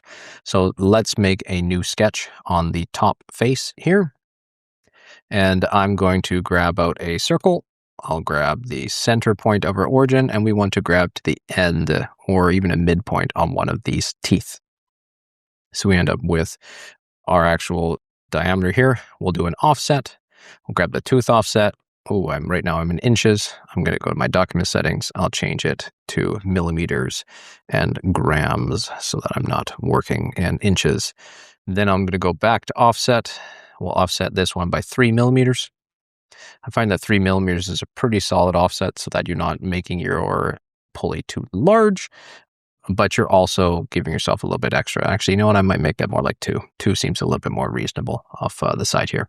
And then, of course, we're going to do an extrude tool. So press E. I'm going to extrude this out. I'm going to extrude it out 1.5 millimeters. Oops. And I need to select all of these. So I'm going to just do a quick selection tool here to grab everything. Make my life a lot easier. We'll make it about 2 millimeters thick. And then instead of join, I'm actually going to make this a new body because we're going to duplicate this later. Now I'm going to grab my fillet tool. So I'll grab my fillet. Oops, not that face here. We're going to grab a fillet here. We're going to have about a 1 millimeter fillet just to encourage that belt to get back on. And then we can go down to our bodies. We'll grab body 2. We'll copy and paste it. We'll move it up. And then we'll joint it on. Actually, I think we can only join with components, so we can't actually do that. So let's grab our align tool instead. So I'm going to create, or actually, sorry, I'm going to select modify. We can now use the align tool, which will allow us to align center of faces to center of faces, similar to what we do with joints. We can give it a flip, except that it allows us to align bodies instead. So now we know that this is exactly centered on that body. We're good to go. And then we can use that combine tool to then combine body 1, body 2, and body 3. And we have now one solid body for our pulley. Now we are going to be working with 7 millimeter flat to flat axles here. So we're actually going to go ahead and put in our axle hole right now because we can do that. So let's create another sketch. We'll put it on the top here. And as we go with these sketches, I'm actually going to go ahead and rename these right now. So I'm going to rename this one. I'm going to call this one the pulley, not bully, the pulley flange. And we'll rename sketch 6 as we go as well. We're going to call this one our center hexagon. So we can create our polygon. We'll grab the circumscribed polygon in the center here. And we know that it is a 7 millimeter flat to flat. Divide that by 2 so that we get our diameter. And then I'd like to add in a little bit like a 3% to 4% buffer based on your 3D printer tolerances. I'm using a Bamboo Lab. I've used this on a carbon. I've used it on an A1. I've used it on an A1 Mini. And I found that adding in an additional 0.15 millimeters ends up being a pretty solid amount of an offset for what you need so that it will actually fit an axle pretty snugly, but not so tight you can't actually fit it through. I find this works on both a 0.4 millimeter nozzle as well as a 0.6 millimeter nozzle too. So now we can give this a constraint so that it is horizontally and vertically constrained. And then we can extrude this all the way through to the object, which will be to the other side. Now, I tend to not like choosing distance when I do this extrudes, just as an aside, because if we have to go back and change the thickness of this, say we made these flanges a little bit too wide, so to speak, then we can actually have that extrude will propagate over properly instead of having to come back and hide that later, which can get a little bit frustrating. So back to our kebab here. When we're working with this ball bearing here, we want some way to be able to, as we talked about earlier, constrain this thing internally. So you can either constrain ball bearings externally or internally. We're going to constrain it internally. So we need some sort of locking shaft, collar, or clamp to be able to hold this on. Clamping collars tend to work best. Problem with clamping collars is it's not particularly small. So one collar that I have recently discovered is let's get out of Misumi here and let's search it in all data, is a little collar here from Misumi. It is the SCCJ8-5. It is 5 millimeters wide, 8 millimeters internal. It is a set screw hub. However, it's really small. It's 5 millimeters, I think 11 millimeters large. So it's really quite tiny. I have yet to find something from many of these major robotic suppliers that fits on this shaft well enough and small enough than what I found from this Misumi product. So I quite like this. So we're going to import one of these in. I'll use my joint command again. I'll grab one of these edges and I'm going to join to the outside of that shim. I'll select OK. And now with this piece here, I know that this is a 5mm piece. It's 4.84, but I grabbed the wrong face. So I know this one's 5mm. And this right here is going to be the edge of our parallel plate. Now we want to give a little bit of spacing for that, because if the pulley is going to go here, we're going to have our belt running here. We don't actually want that running. So instead, I'm actually going to sink this in a little bit to our pulley. So we know we got about 1mm space to work with, and I might be able to actually inspect from here to the edge of this hex screw, about 1.5 mm to work with. So we can actually sink this set screw here into our pulley by about 1.5 mm. We'll get the external diameter here, which is 14mm. And now let's make another sketch on top of here. We will rename the sketch. We're going to call this one our set clamp offset. And we can create a center circle diameter here of, it's 14 divided by 2, or actually 14 is our whole diameter there for the outside of that shaft. And then we're actually going to add in a slight tolerance as well. So we'll add in, say, 0.15, just so that that thing sits in nice there for us as well. So now we can grab our extrude. We know that we can safely come back -1.5 millimeters. And there is a nice little offset for our set screw clamping hub to be able to go inside of our pulley. Now at this point, we're free to move our pulley into our design as well. So I'm going to give that a save. And before I do that, because I don't like working with everything gray, I like to press A on my keyboard, open up appearance, throw in a quick appearance here just so I know what parts are going to be 3D printed. I tend to favor red. Looks cool, but you can choose whatever color you want as that. So now with our pulley here, we can import our pulley in as well. So I'm going to go ahead and search for pulley. Oh, actually, I probably have to search for 35T. Otherwise, nothing's going to show up. And let's insert this into the current design. We can move it wherever we want. And let's do another joint as well. So I'm tapping J on my keyboard. We'll grab this internal section there. And again, on the Misumi point, we will grab that internal face right here to be able to join those two together. We'll unflip it. So we end up with that nice little mesh. Notice that I'm still able to get, if we were to look at it from the top, I'm still able to get my entire screwdriver in there so that I'm still able to mesh with those set screws. And this will actually help stop those set screws from backing out a little bit too, which is kind of a nice little double whammy there. So we've now got our pulley in here. We're ready to rock. And now it's time to throw in our, oh, actually, you know what? We are not meshed up properly there. So let's go back to our joint and let's give ourselves a little rotation here so that we can make sure that we're nice and square on our hex shaft there. Looking good. Now comes time to pull in our wheel. Now I'm using an AndyMark wheel, so I'm going to search for a 3-inch BB, I believe is what AndyMark called it. AndyMark, I may have called it that. I may have called it AM. And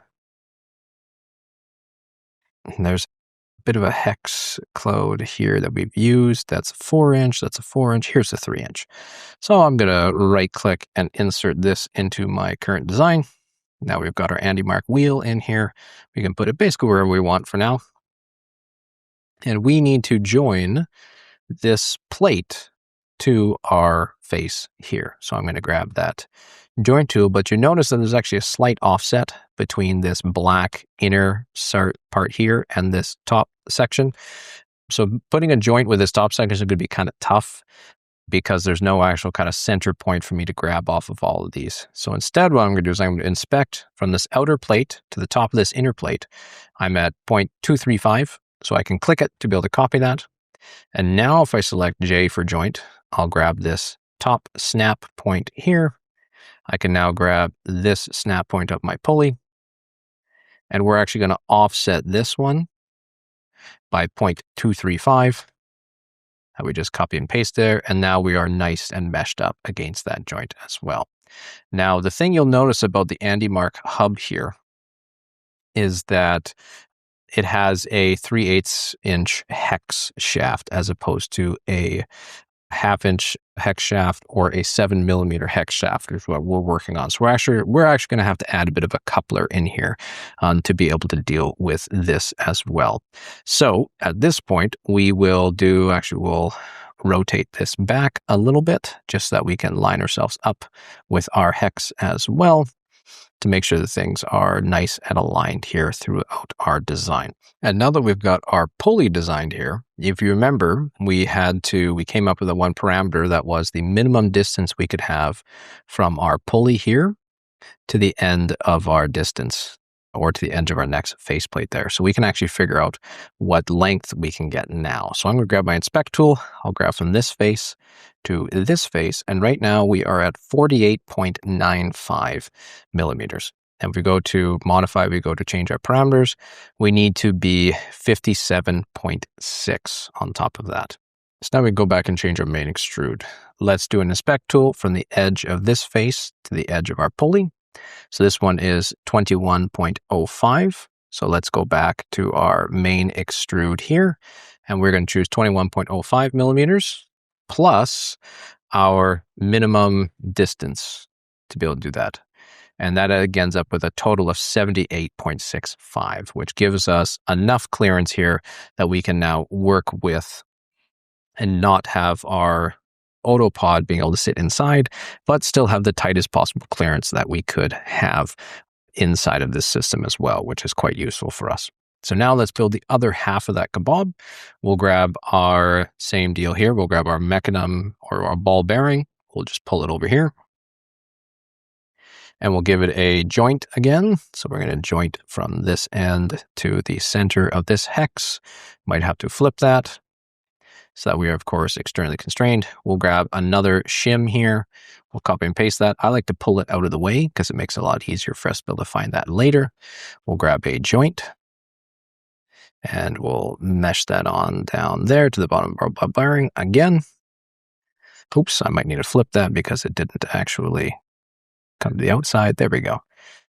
And now, because this is going to be a live axle, presently, the only thing that's actually mounting this axle to our pulley is that little 7mm 3D printed section.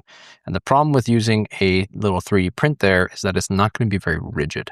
So we really do want some sort of solid clamp to be able to hold this thing on. So now is where you're really going to want to use some sort of clamping hub. And the convenient part about AndyMark's design here is that it actually meshes up perfect with a standard clamping hub from GoBuilda. You can actually fit inside of our circular pattern here something from a GoBuilda part here, which of course fits with our 7mm or 7mm flat to flat. So I'm going to actually search for a sonic hub here. And we can right click and insert this into our current design. We'll just throw our sonic hub wherever it is we want it for now. We'll select OK. And we will joint our sonic hub from this face all the way up to our shim up over here. Make sure we give it a flip so that it flips on the other side. And now we're going to check to make sure that not only does our hex shaft match up, but we can also find where our holes align with AndyMark's holes here. And we can see right here that if we were to draw a line straight through, we are going to mesh and align with 4 of the holes on AndyMark's, as well as aligning with our hex shaft as well. So if I select OK, we now got space to be able to get through those holes from AndyMark. I know it doesn't look like it's going to fit, but trust me, it does end up fitting in the end, which is rather surprising, but it is awesome that it totally does. Oh, and looks like before I brought that joint in, I probably need to rigid group that sonic hub as well. So let's rigid group that so that when we add our joint back in, we go back through our timeline history, it ends up popping there. I think we call those happy little mistakes as well. So next thing is we need some way to be able to join this pulley to this hub here as well. So when we look at our sonic hub here, I'm actually going to inspect from the center of our joint here. to the center of a loop there. And that's not quite the center I'm looking for. Let's try and inspect from this center here to that center there. And center to center, from the center of a sonic hub to the center of a hole, is 11.314 millimeters. So I'm going to go ahead and click to copy that. And now we can put our hole punch throughs for this, for our holes here. So let's make a new sketch on this face. Let's rename this one. We're going to call this one our bolt pattern. We're going to make a new line. We'll make it a construction line. And we'll just paste what our distance was there to be able to get our circle. Now, if we grab our center circle diameter from this point, we can just put in a 4 millimeter hole. We can keep a construction line. It also doesn't really matter that this one's not. And then we can make a circular pattern for this. So if I create, choose a circular pattern, we can select this, select our center point, which is, of course, this point. We go up and we do it 4 times around. We should end up with 4 holes perfectly aligned with where our sonic hub is going to end up being. And actually, it's not going to be perfectly aligned because our holes are going to end up at the top, and our pulley, oh, actually, no, we can just rotate our pulley and that will be fine. But actually, as I'm looking a little closer here, it looks to me like our corner of our hex actually lines up with our sonic hub. Corner of the hex here lines up with the sonic hub. Then the center of the flat actually comes off. So if we use that instead for our reference point here, so instead of our corner here, if we were to rotate this center point around, instead of being constrained on horizontal vertical, we should be able to grab that in as a center line from there. So let's do our project tool. We will project this hexagon line here. And now if I grab this line, we can use our midpoint constraint to midpoint from this line. Oh, that might not like it.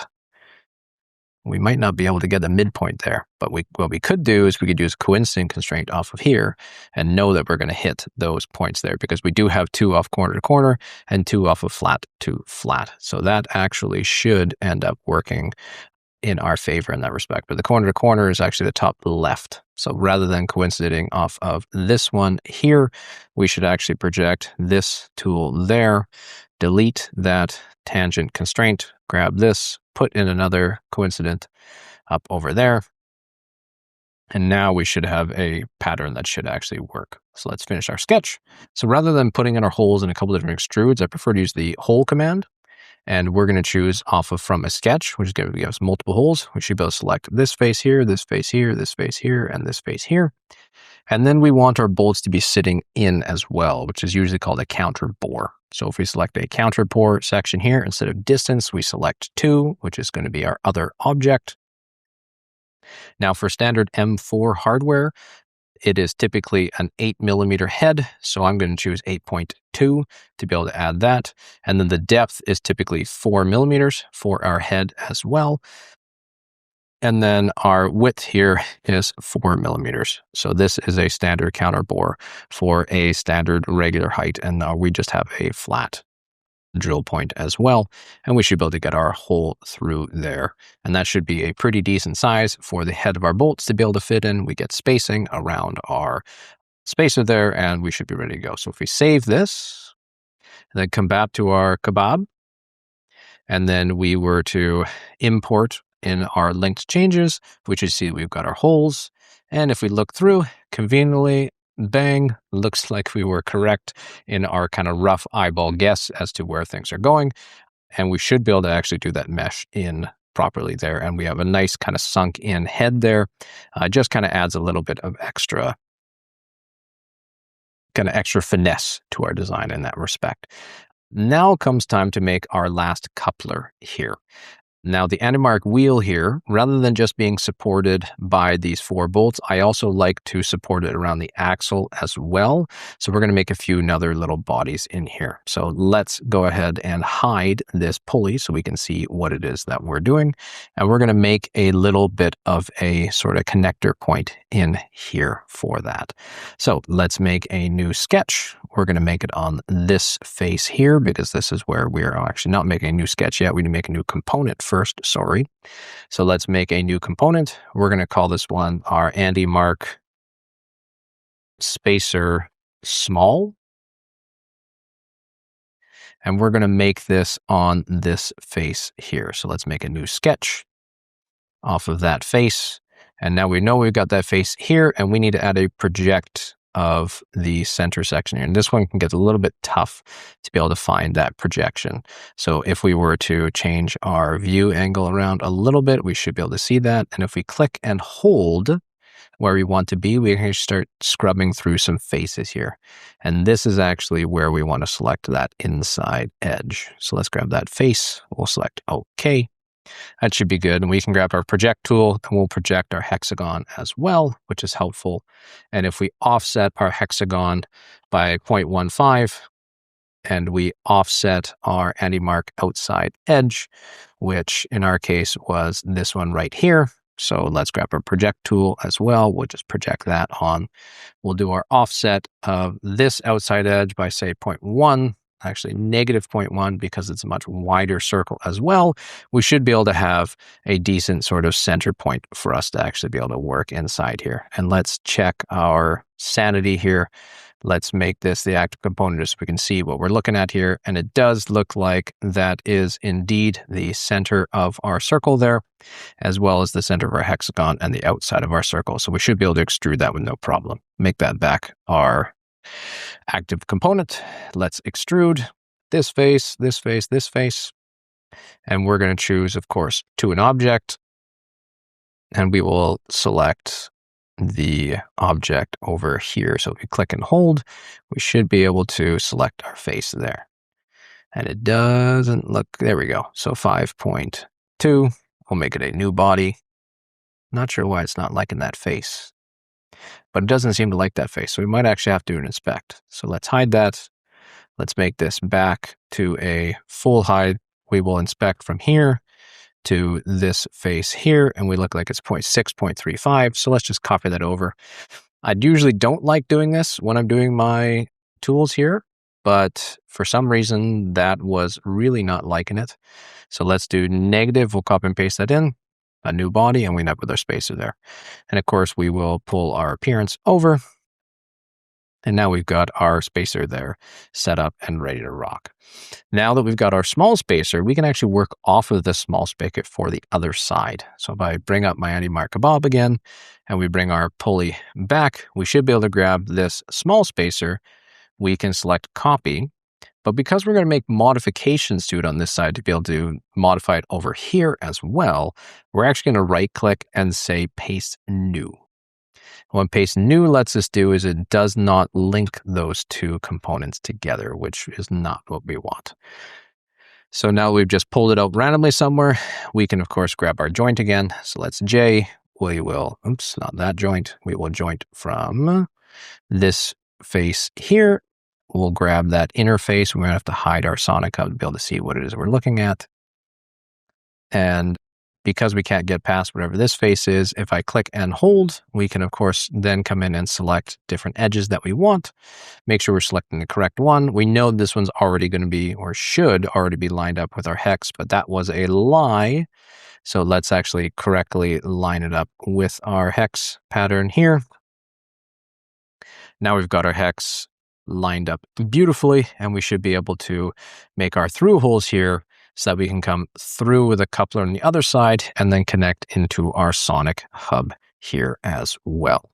So let's activate our anti-mark small. We'll rename this one to our anti-mark spacer. We'll call this one large now. And instead of our large spacer as well, if we hide our Sonic hub, we can make a new sketch. Oops, let's make sure we make this the active components. Let's make a new sketch on this face. We'll rename this sketch to call this one our large. We'll call this one the Sonic hub holes. And we know that because this little black part's a little bit offset, we can't actually go past this sort of corner point of this metal. So we select project and we grab the edge of this sort of metal face on the end mark here. We can make sure we project to the end of that tool. And if we grab offset, we should be able to offset this one by negative 0.1. And actually, probably not negative. You probably just offset by 0.1. We're now good there. And if I grab my project tool, we should be able to project the face of our pulley.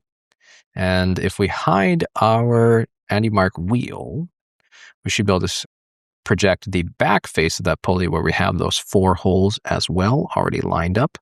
And we should be good to go in that respect. We already know these holes are the right size for us as well, so we don't have to worry about doing any changing there too.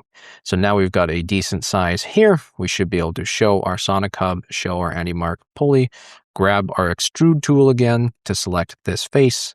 We will, of course, choose to object. We might have to hide that anti-mark wheel again, and we will select to the edge face of this sonic hub. And that's where we want. And instead of a new body, we're actually select join because we want to join to this red, but it looks like it's not grabbing that red section there. So maybe that won't join up. As to object, go to our sonic hub as an object there. And it looks like we have a very minor gap there because it should actually be joined as opposed to a new body. And that is very strange, but we'll see what ends up happening with that join as opposed to doing that. We'll select join there. I don't know why it was doing some weird kind of shape colors there, but we do have one shape there. And if we were to show our anti-mark hub there, we've now got that space. And if we make this our main active component as well, we now have our clear holes going all the way through. And we've got the ability to be able to put our bolts. Now, last kind of sober last thought here is I'm going to check to make sure that our bolts are standard size. So like inspect from the edge of the inside of our bolt to the outside of our sonic hub, we're looking at 60.65 millimeters. And that is perfect because that means we can grab a 60 millimeter bolt and that will fit just fine through our part. That will pull our bolt all the way through our pulley, all the way through our insert here, all the way through our anti-mark wheel, and then into our sonic hub, which will then clamp it down further onto our axle here. I don't like just having 3D printed parts holding an axle, because what can end up happening is you're going to end up shearing through that axle, which is not what we want. I also don't like having just a pulley here pressing up against the ball bearing, because I do like constraining that axle on both sides with some sort of physical clamp here. This little Masumi set hub works great, or set screw hub, and then this sonic hub from Wheel Builder also works fantastically as well. So we do end up having a really nice shish kebab here for our wheel. So we can save that, and now we're done with the design of our wheel, and we can actually import this in on our master skeleton as well. So let's go back to our data panel. Let's grab what we called our kebab, and we can insert this in the current design. Now I'm going to make sure that instead of having my master skeleton active, I will have that master pod active so that I don't actually import this as a child of the skeleton. I want it as a child of the pod. So I'm going to insert this into our current design for our kebab. We'll just place it here for now. That's fine. And of course, we will joint things together. And I actually think I'm going to change how we reference these. I'm kind of thinking this as we go.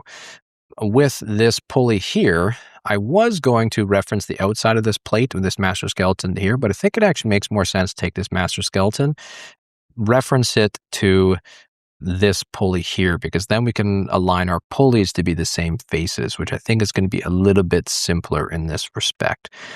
So let's do that instead. So let's actually modify this joint. Instead of modifying from that ball bearing, we're actually going to modify. So if we delete the snap on component 1, and we go to component 2 and we highlight out there instead, let's unflip that.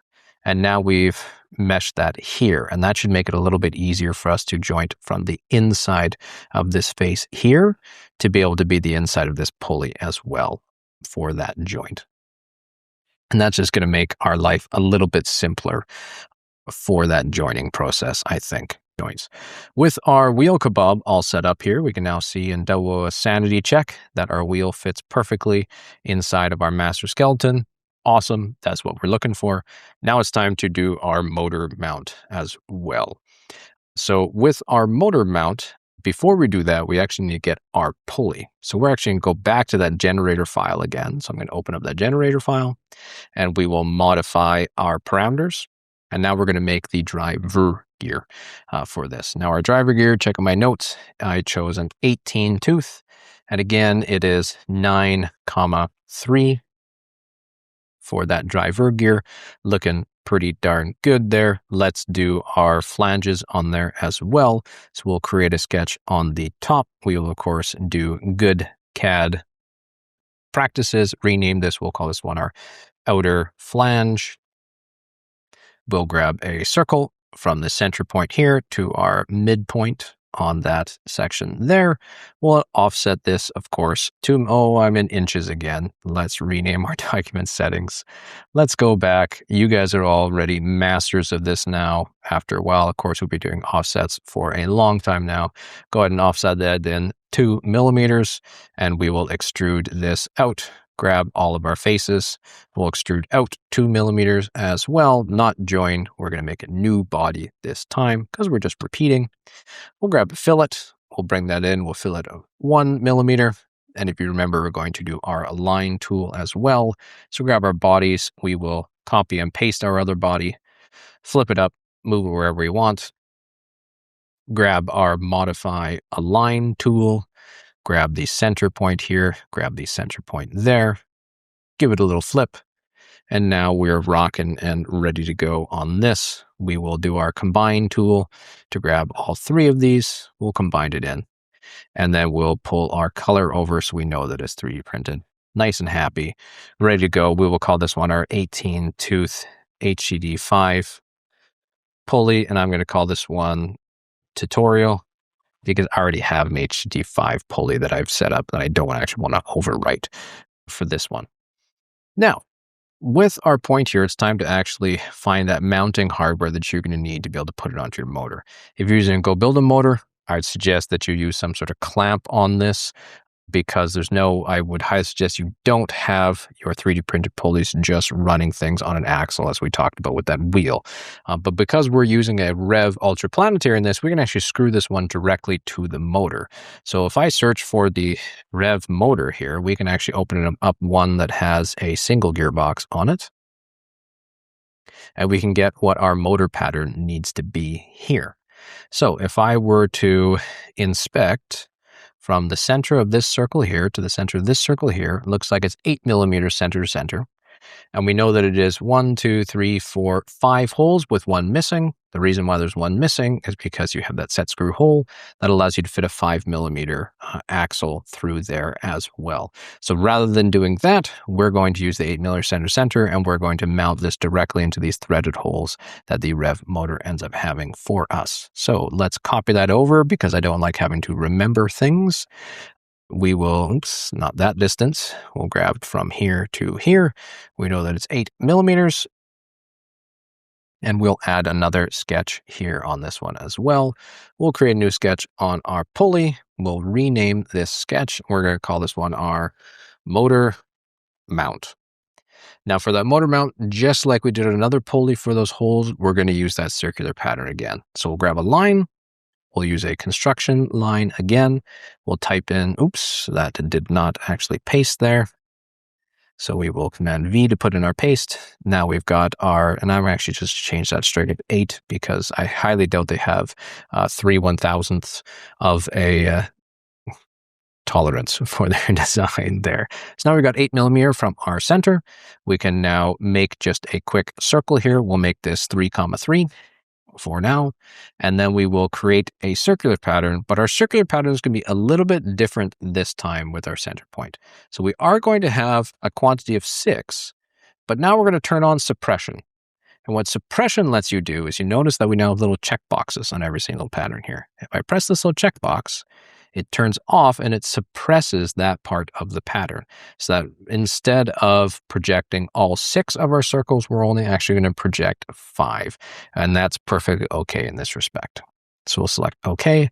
And now we end up with just 5 holes on our pulley. We can now finish our sketch.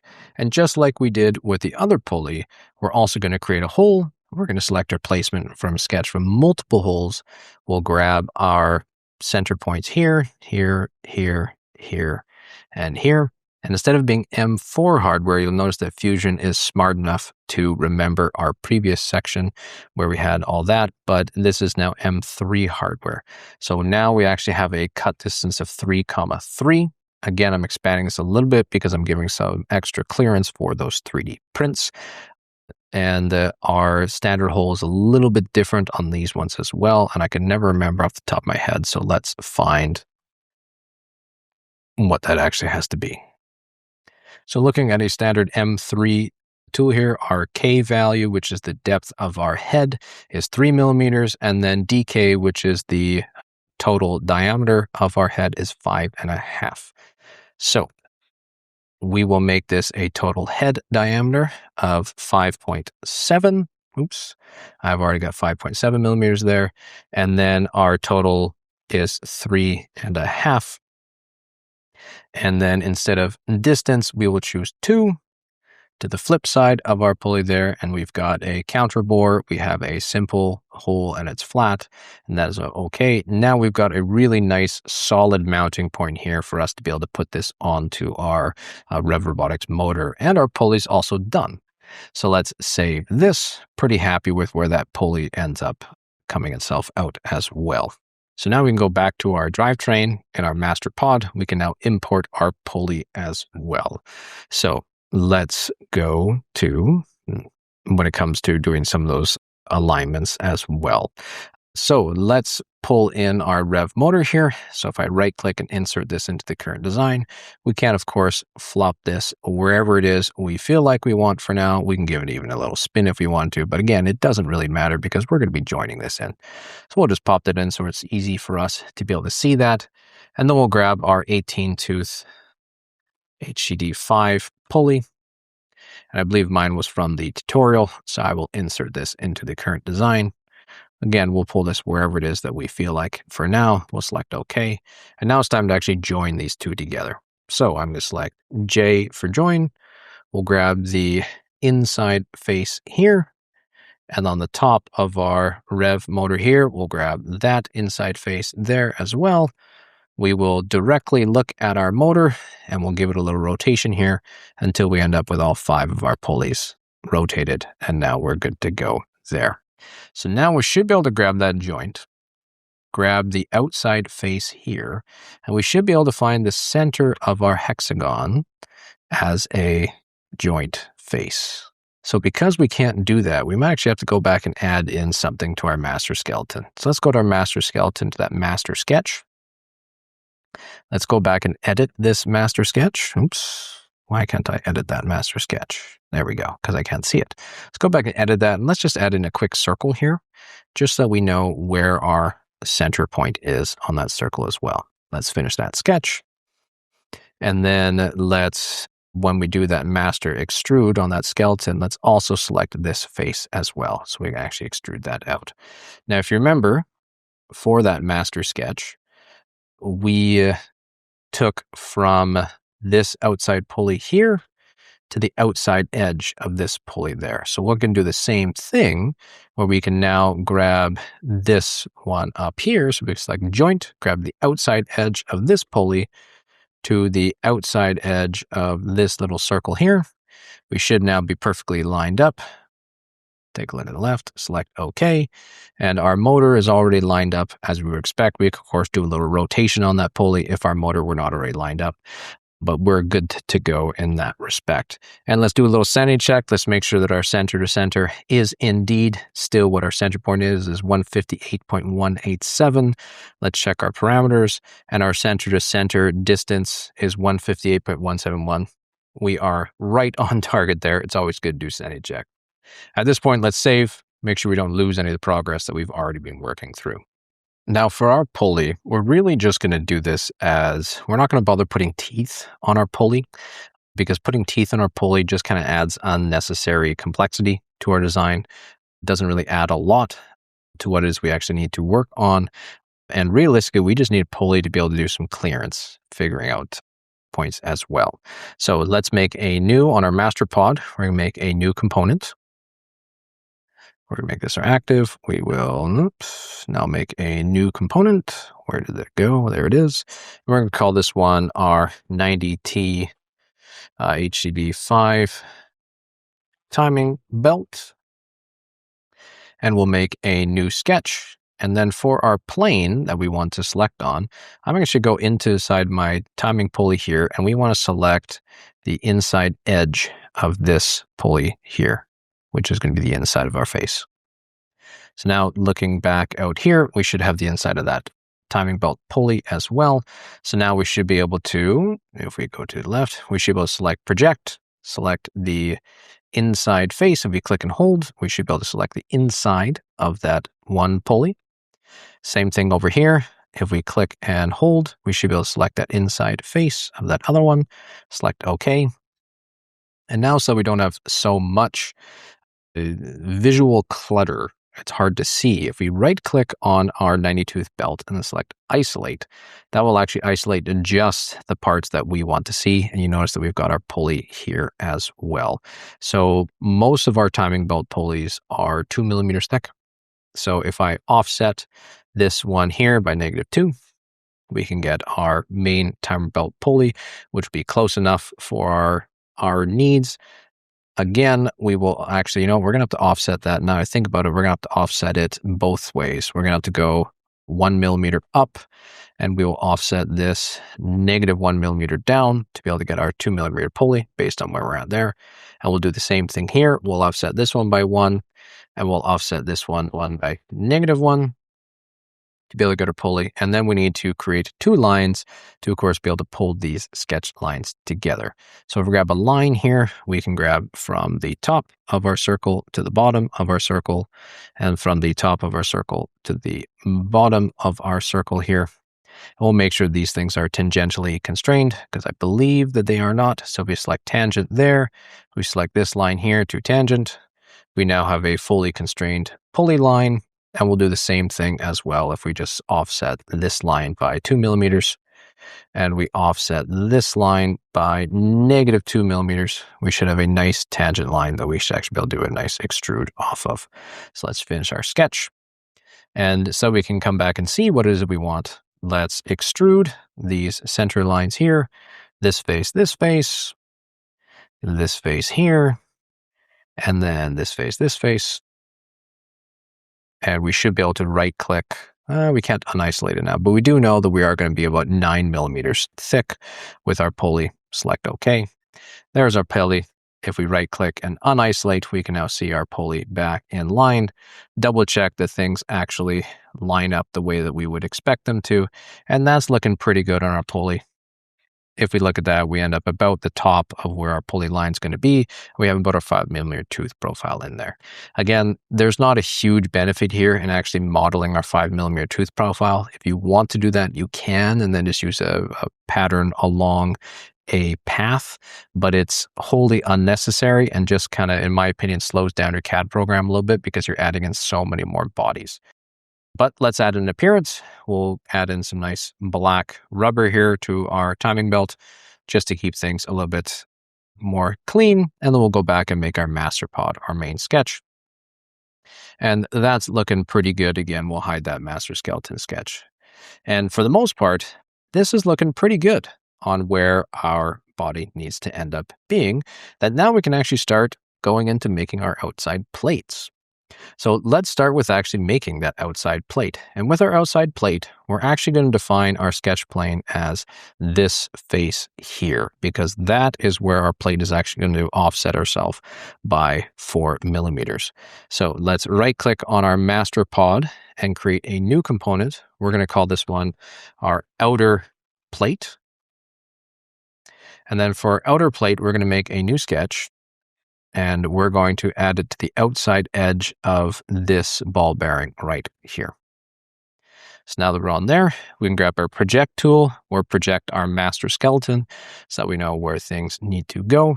And then now we're free to go ahead and isolate this, because now we're going to see where our master skeleton actually ends up being. We may show our timing belt so that we can see where things are actually going to, maybe if something's going to run into our timing belt. So now it comes time to do our kind of support braces for this outer plate. Now, with our support braces on the outer plate, we want to think about, for the most part, adding in support on our midline here. So we probably want about 2 support lines here. And we want at least 4 support lines around our wheel itself. Because if something's going to come up and impact this, you really want to have a nice strong rigid structure around your wheel so you can have really strong power transfer. So how we're going to reinforce this plate here. And there's a couple different ways that you can decide to reinforce things. You can reinforce it with a 7mm hex shaft. You can reinforce it with a square beam.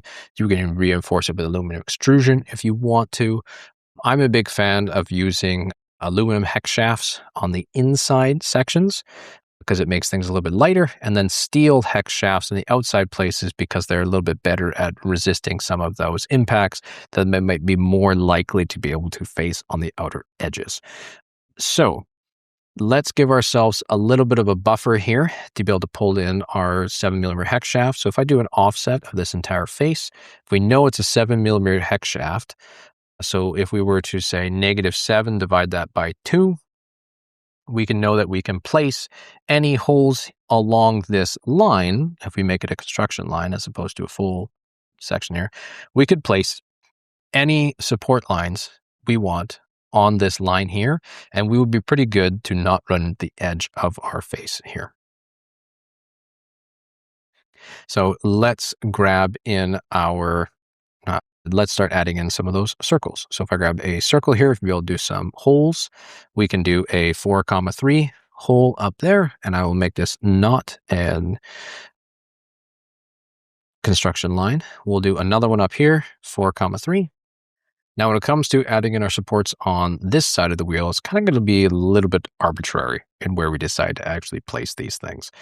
Something that we're a little bit outside of the wheel's outer circumference, but something that still gives us a decent amount of support on that wheel. So I'm probably going to choose similar to what happened here, where we're about 3.5mm off of the outside edge of this circumference here. So if I were to say draw a line straight up and down on here, let's grab a line from our center point here. So maybe we'll grab off that. We'll grab off of that.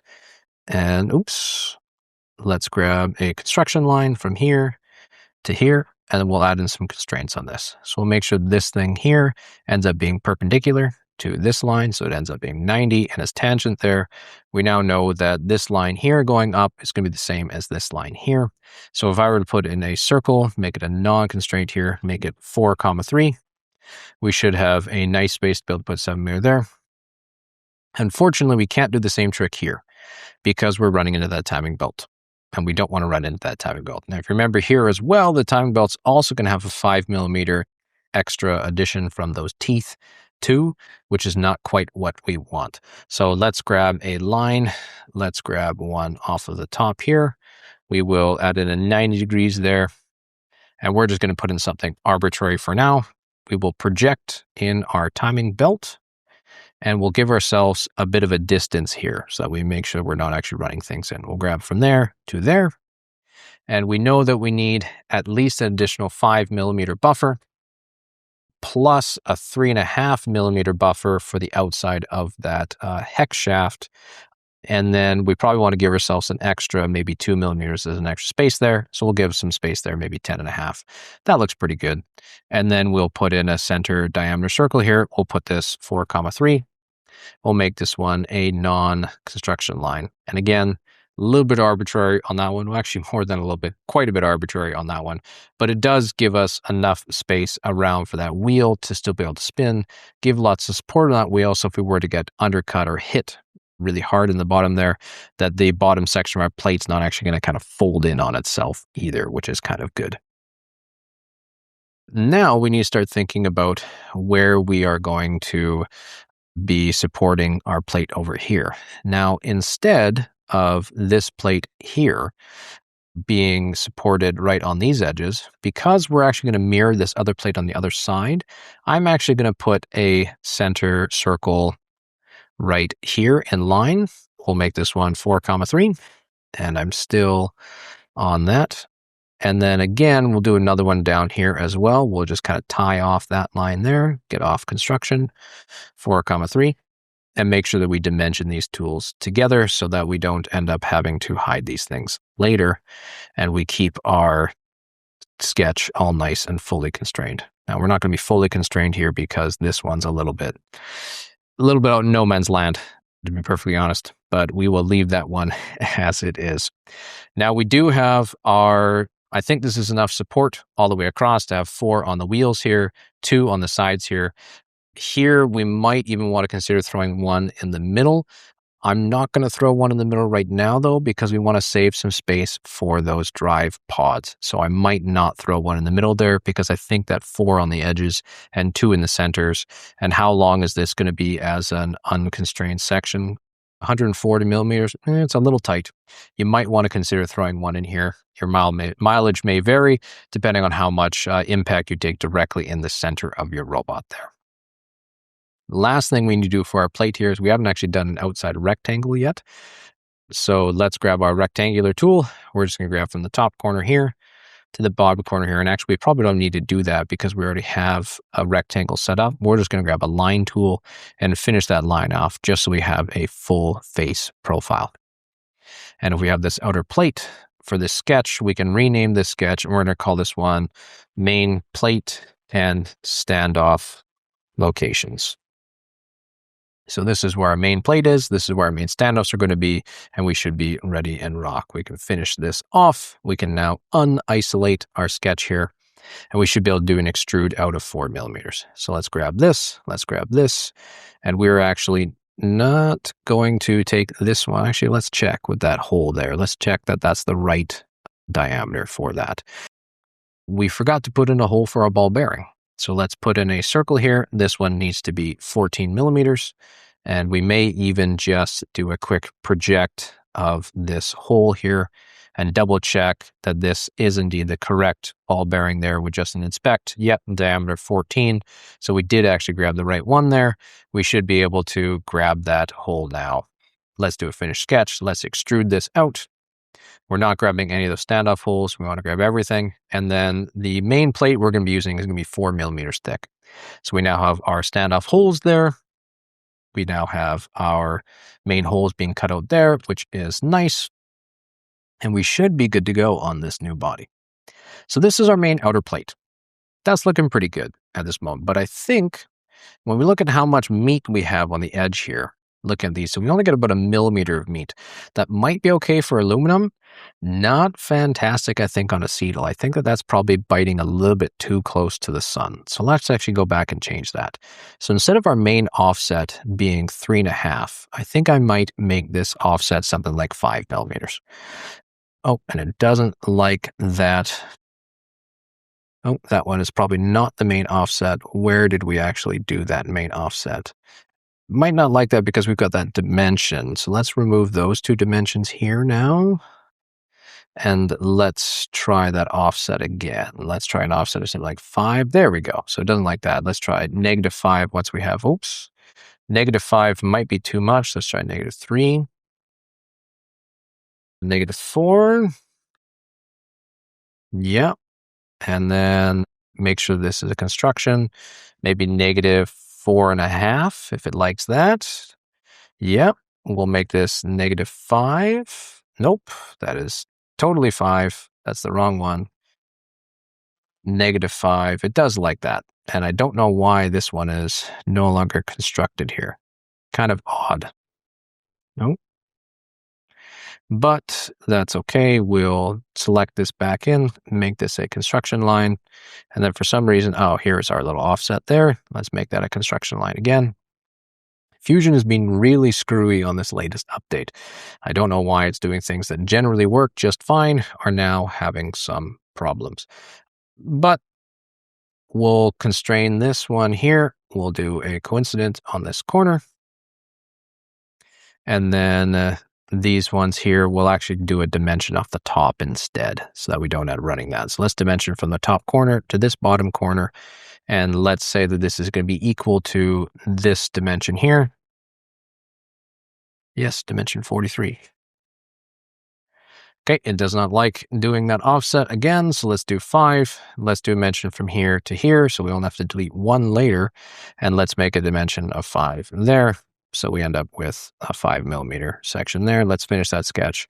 And that looks a little better for the meat there in that respect. I think I'm a little happier with that, having about that amount of offset. So we end up not running into our wheel, but we end up still with a little bit more space in that respect. With our plate here, We're also going to quickly add in a little fillet around the corner as well. So let's add in a quick little fillet up at the top and down at the bottom. And because we're using 4mm, we can add a nice little 4mm round curve there.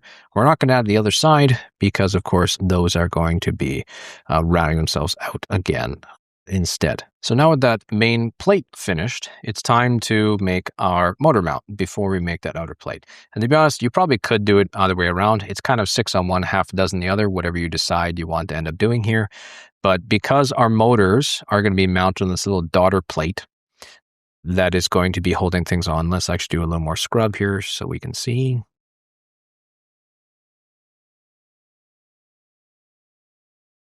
Okay, so because our motors are actually going to be attached on this little daughter plate here, we are going to do this daughter plate now because this daughter plate is going to mesh into our back plate there.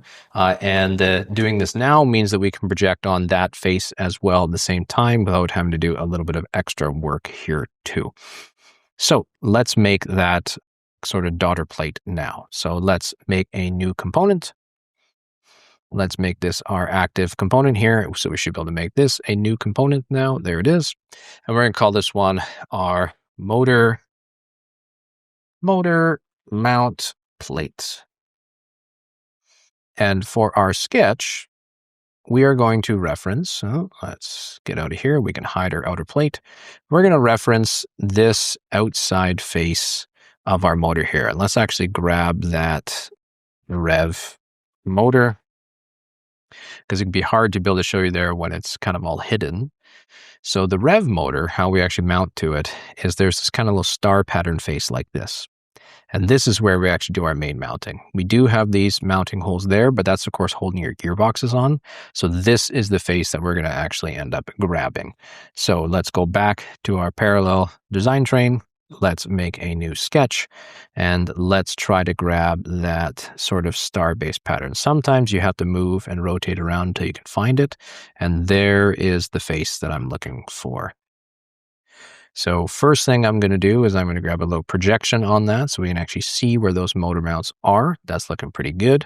And we're also going to project the outside of that rotating section as well, because of course we need to give space for that rotating shaft as well as the actual main mounts here. We can also do a projection of our master skeleton. We will do the projection of this outside hexagon on our master skeleton, because this outside hexagon here is where our motor plate ends up going. And we don't have to worry about the pulley here either. We don't have to worry about the belts because we're actually going to use a special type of screw for mounting this one on. So we don't really have to worry much about clearance, if and at or all. So we'll select OK. And now we have a nice projection, and actually it doesn't look like we projected this outside face. So we'll also project that one on too, because we seem to not have gotten that. So now we've got our outside face there. We're good to go. We can now go ahead and actually, before we do that isolate as well, we should also grab that outer plate, and we should project the entire outer plate on just so we can see where our sort of mounting holes are going to end up going. So we can hide that outer plate, and we can isolate our motor mount. And now we can actually make our main motor mount plate here as well. So with our motor mount plate, I actually want this to go to the bottom of my design, to the outside of our motor here. So we actually have a little bit of free space to be able to mount this thing back to that outside plate, because that's going to hold it in. And we're actually going to mount it here and probably here to the front plate as well. So we end up with a little bit of extra rigidity on that front plate too. So let's grab our rectangle tool here, and we're just going to sort of arbitrarily place this up in space. And we know that we're going to be adding in a little bit of spacers here. So let's try something like a dimension from this plate here to this plate of something like 12mm. And then whatever the bottom is, let's just mirror it to the top, because I think that's a decent place to go. So let's figure out what our dimension is here. Our dimension is 4.5. So let's do the same thing here as well. And we'll just copy over this driven dimension so that it ends up being the same. And that looks like a pretty decent size for a motor plate, honestly. Nothing fancy here. And for this one, we can probably just, again, kind of share what these dimensions are. So let's grab our dimension tool from this center to this center. Looks like it's 5mm. So let's grab another line make it 5 millimeters, and we'll grab a circle, turn off construction off of this center point here. We'll make it 4,3 for that sort of center point there. And we'll do the same thing.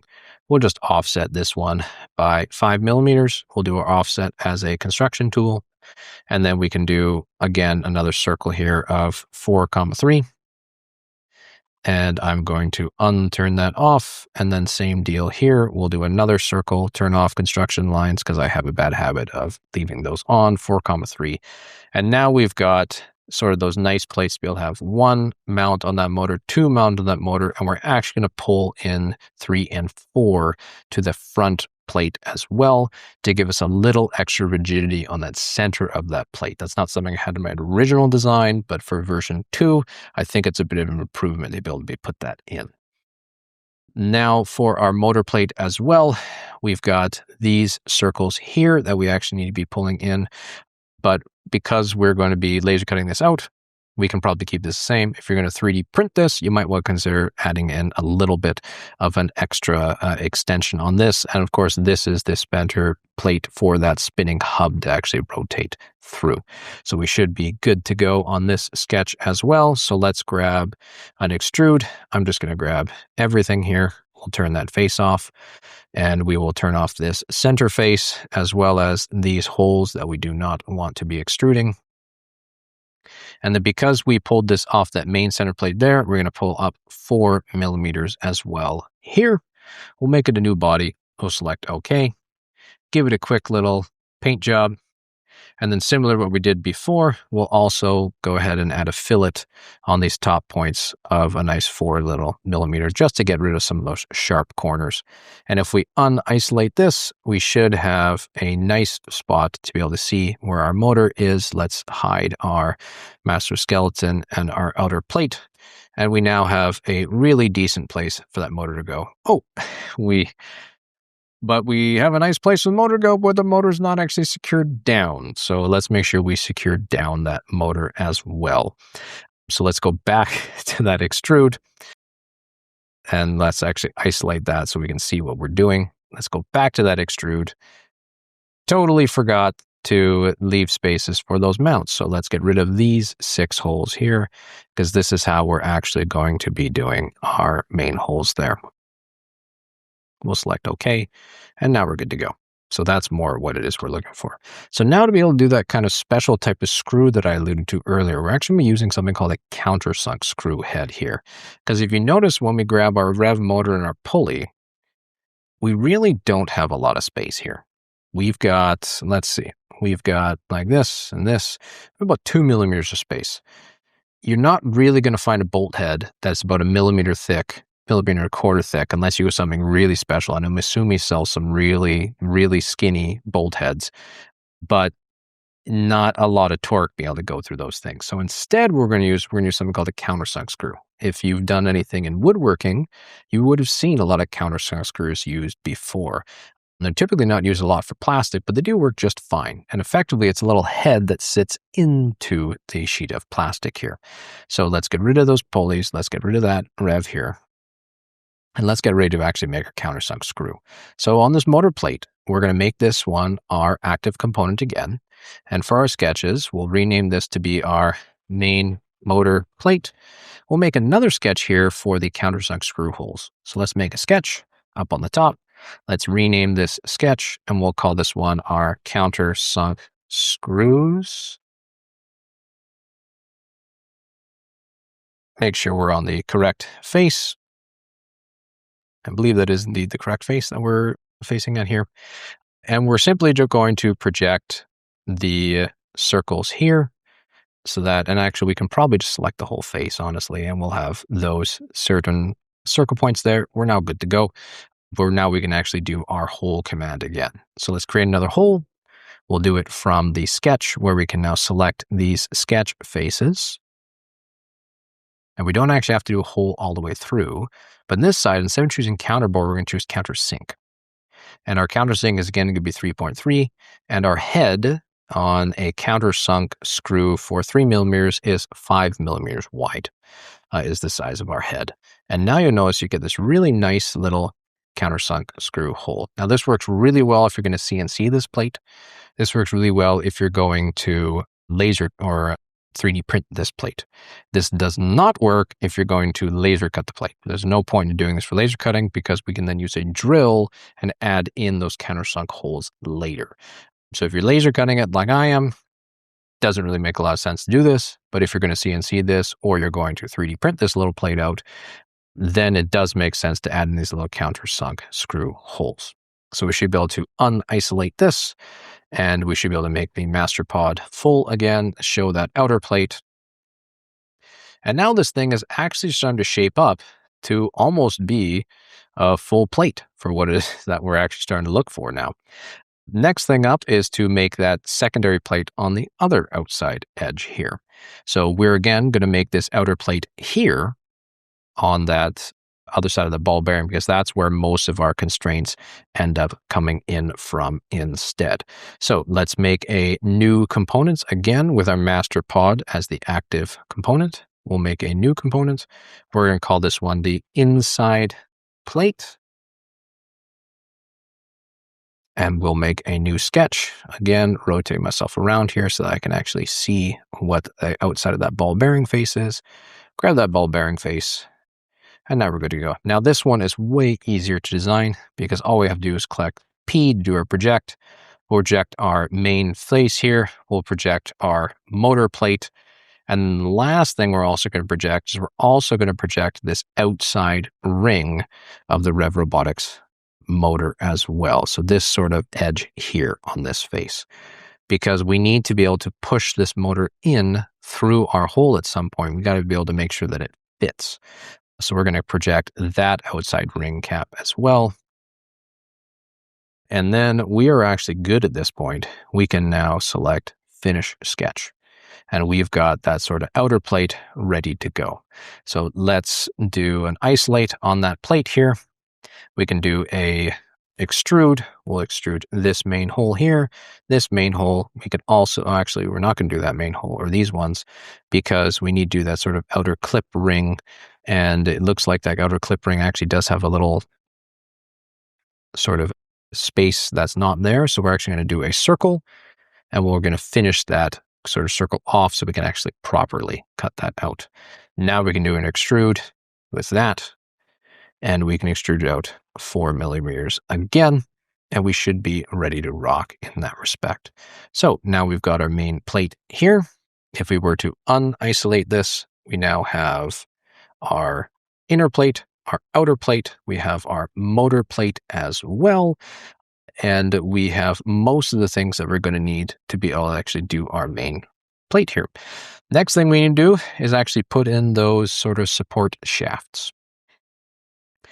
So we can now do an inspect tool, check this out, and it looks like our difference between our faces are 72.25. You could probably get away with just doing 72. You probably don't have to worry about doing 72.25. In that respect, you can probably just, a 1/4 millimeter tolerance of flex in these plates is going to be just fine. You really don't need a quarter millimeter. And honestly, we could probably just shrink this in by a 1/4 millimeter here if we really wanted to make that a little bit fancier. So we can go back and edit this so we get out of that 1/4 millimeter, or we expand it by 75 mils. So this whole thing shovels out by 75 mil. We don't do that. So let's actually show how we can go back and do that now. So let's look at our Kebab, and let's increase this whole thing by 75 millimeters. So we can find whatever this last extrude was, which was this one. Oh, actually, it was our main axle is where we actually need to do that. So we've got this sort of equation, and then we're actually going to add in 0.75. Oops. Why is this so small right now? Let's go back to that extrude. Let's get rid of the data panel. And I would love to be able to actually see this whole thing here. Okay.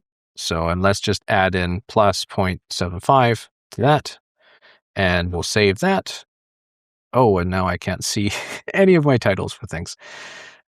And this one is probably going to say, hey, you've got something out of date. So it should expand the whole thing out. And now if we were to expect from here to here, we got 73 millimeters. If you want to keep it to sort of manufacturer tolerances, 72 millimeters, pretty standard size that you can buy. So we could even go back and edit that thing to be able to take off, 3/4 off of that instead of adding 3/4. So let's actually say that, and we will actually minus off 1/4 of a mil. Should shrink everything down by 1/4 of a mil. And now we're stuck at 72 millimeters, which is much more friendly to be able to buy things from Adimark, Misumi, and so on. We should be able to shrink this thing down once it pulls in. And we'll now notice that we should have, if we inspect from this face to this face, we're now 72 millimeters. Perfect. Nice and even, nice and clean. That's more along the lines of what it is that we are looking for as well in this design. So now let's start actually making some of those axles. So 72 millimeters, if you're going to be using a square beam, that corresponds to, I believe, Offset Robotics sells a 72 millimeter square beam. Go Build Us sells a 72 millimeter square beam. I'm going to be using hex shafts for these. So I'm going to make a new design. We're just going to make a quick 72 millimeter part design. So let's make a new sketch on here. Let's create a polygon. It's going to be a circumscribed polygon, and this one's going to be 7 divided by 2. We will do a horizontal vertical on that, and then we'll just simply extrude this up 72 millimeters. Good to go. And these things are going to be threaded, so we're also going to make a hole on the outside of this, and we're just going to make this a counter bore. It's going to be 4 millimeters. It's going to be tapped, and it's just going to be a simple hole all the way through. And we'll repeat the same thing on the other side. We will repeat the exact same hole directly in the center there. And we'll make this one steel. So we're going to call this one our 72 millimeter steel hex shaft. And we're actually going to save this as a copy as well. So let's make a new design as well. We'll add in back in on that sketch. We'll make a polygon again, and we're going to make this one our aluminum one instead. So we're going to make, 3.5. We will horizontally, vertically constrain this line. We'll extrude this up 72. We'll put in another hole up at the top. Again, the hole I would say is not really necessary for you to be able to put that in. I just put it in because it's good practice to be able to throw that hole in there as well.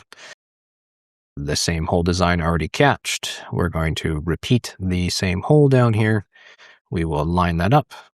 And then we'll give this a nice aluminum appearance as well, just so we know that these are different materials. We'll call this one a 72 millimeter hex axle. Axle aluminum. And now we can insert these into our main drivetrain here now. So make sure that your master pod is the one that you have selected up at the top. And let's grab our 72 millimeter. We've got one of them are steel. Let's insert this into the current design. And we can just throw this wherever we want for now. And for the outside ones, I'm going to make them steel. So we can select a J for joint. We can grab this outside circle. I always like to reference everything on the outer plate. I think it just makes life a lot simpler. We can grab that. We're good to go. We can Command C, Command V, copy and paste it. Drag it down, select OK. Same thing, and do another joint. It would be nice if we could rectangular pattern this, but because we designed it in kind of an arbitrary way, we kind of have to do each one of these things one by one instead of being able to rectangular pattern them over, unfortunately. But that is kind of a nature of the beast for how we decided to do these things. So we've got 72 millimeter there, and now we can actually pull in our aluminum axle as well, which we just did here. So let's insert our aluminum axle. Again, you can place it kind of arbitrary where you want. We'll now select J to grab this center hole here, and we will align the center hole there. We'll give it a little flip. Same thing, we'll grab that other axle, we'll copy paste it, move it around wherever we feel like. Grab a quick joint again. and throw another joint down here. And then we've got one more of these thrown at the top as well. So let's reference our master one. We'll select that one. We're good to go. We will now grab a joint from the top. And then we will joint this one up over here for that center point now. We are going to end up with some duplicates on this joint there because of that one. But in my respect, or in my opinion, it's a little bit nicer to not have extra pieces floating around, or at least to have a couple extras there that are jointed rather than having to create extra pieces that are floating around in that respect. Now it's time to make the little hex shafts here to be able to support our motor shaft. So we're going to do the exact same thing. We're going to grab our inspect tool, figure out what we need in that respect, and this is 48.15. Again, 48 millimeters, probably going to be good enough. You can probably get a little bit of flex out there of 0.1 of a millimeter. So let's make a 48 millimeter shaft. So let's make a new design. We'll call this a part design. Create that new. Again, I mean, you've already been through this already. You should be masters at making polygons and 7 millimeter shafts. At this point, we'll make that a quick 3.5. We will horizontally constrain that. We'll extrude this out 48 millimeters. We'll give it a quick hole up in the top. Bring that hole into the center. Yep. And then we'll do the same thing to a hole on the bottom. And we'll drag that into the center. Snap. Yep. Good to go.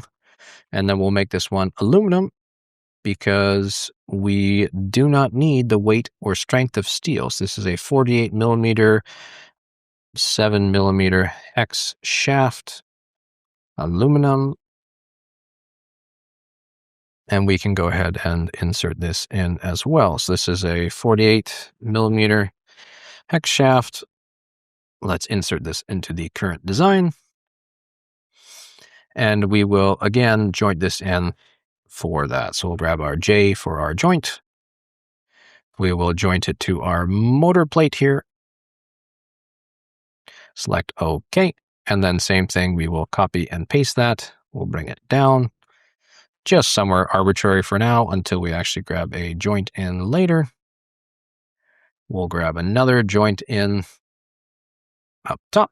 So we actually want to make a shaft from here to here. Give ourselves a little bit of that extra support. And it looks like our distance is 19.85. Again, you can probably get away with 20 millimeters because a tolerance of 0.15 mil with a little flex there, you're probably going to be fine on that material. So let's make a 20 millimeter shaft. Let's make this again. Need to make a sketch over here. Let's make a polygon. And we will call this, again, 3.5. We'll make this constrained. We will extrude this out to just 20 millimeters simply. And then we'll add in some holes again up on the top. We will snap that in the center, maybe not so deep of a hole. We will right click and repeat our hole. We will line that back in the middle. And then we'll give it a nice bead blast aluminum finish. Give it a save. This is a 20 millimeter, 7 millimeter hex shaft, aluminum. And then we can close that down and we'll import in that 20 millimeter. Let's call that our 20 millimeter hex. Let's insert that into our current design. Again, put it relatively arbitrary. We'll finish that off there. And then we'll do another joint. This time we're going to joint to the outer plate, which will be this face here. We'll give it a little flip. And now it actually looks like we're missing something on this outer plate here. So let's add in a sketch on this outer plate, but we're actually going to do it before we do all of these extra points here. So this sketch 1 here for the inside plate. Then we'll go all the way back for that inside plate there. We'll go back to that outer plate. We'll make another sketch here. We're simply going to project the motor plate onto the front of it so that we can make sure we get this little extrude here, which is something that we missed. So let's rename this sketch so we don't miss this.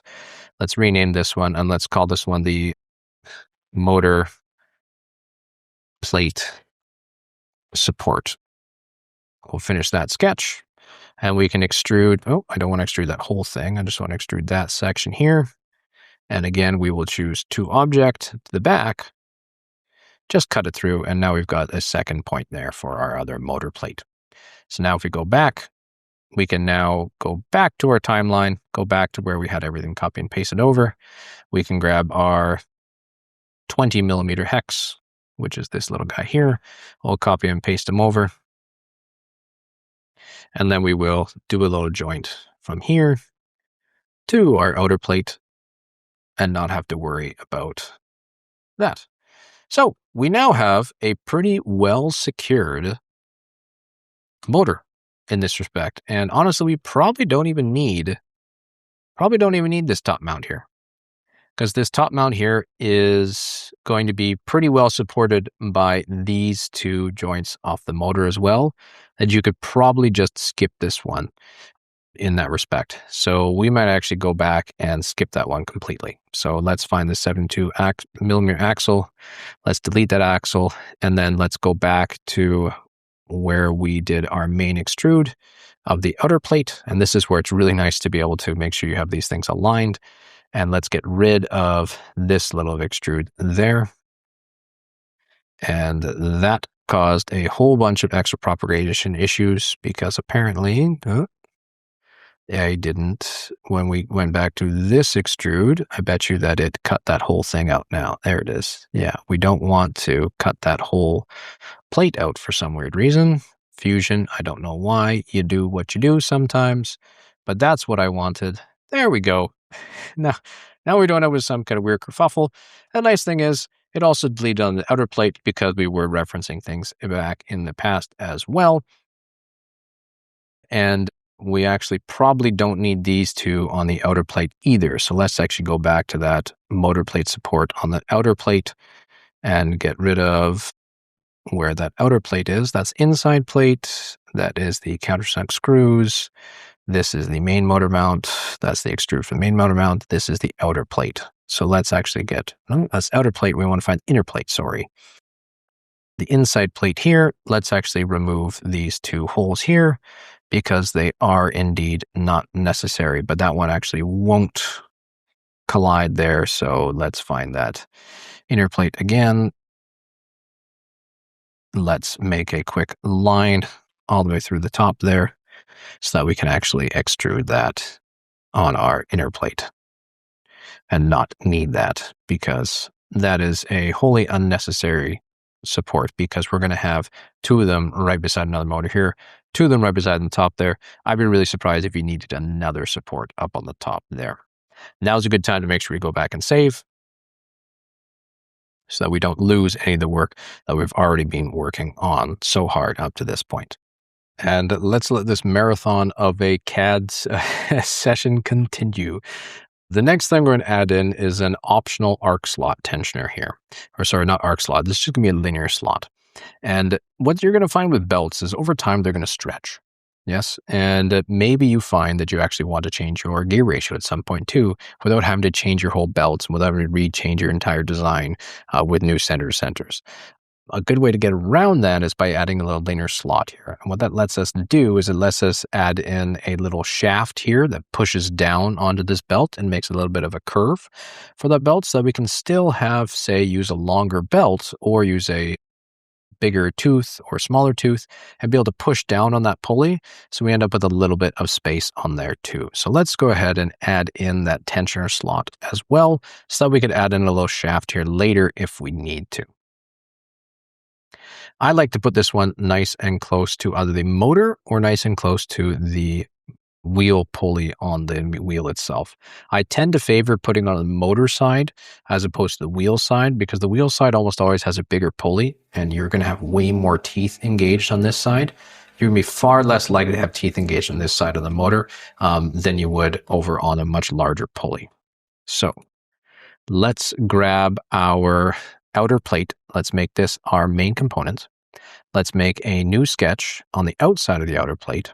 And we're going to name this one our slot belt tensioner. And we need to know a few things on this sketch here. We need to know where the actual pulley is on this belt here. So let's project that face so we know where the pulley is. We need to know where our actual belt is as well. So let's do a projection of the belt. Let's see where that is. We might have to hide the outer plate so we can see the belt a little bit easier. Let's do a projection of that belt. And I'm getting a little bit flipped around here. There we go. So let's project that whole entire belt. And then let's also do a projection of where, actually, we probably don't need to bother those motor mounts there because those are on the outside ones. So that should be fine. So that should be all the information that we need to be able to make that little arc slot tensioner. Now, off of this one here, I like to give myself maybe, a little bit of extra gap, a little bit of extra room. Let's give ourselves, say, 10 centimeters to work with. So let's make a line off of this here, and let's give ourselves 10 centimeters to work with, so to speak. Now, let's make sure this is lined up with our pulley as well. So let's do a quick dimension off the top of this line here to the center so we figure out what our dimension line is. And then we can do a true dimension from this line to this line, which is going to be the same as those two. So we end up with a nice fully constrained section off here. Now, for our arc slot tensioner, we can probably honestly go from the bottom of this line all the way up to the top of this belt here, and then maybe an extra 5 millimeters, so to speak. So let's grab a line off of here. Let's grab up to the top of this line here, which is going to be 18.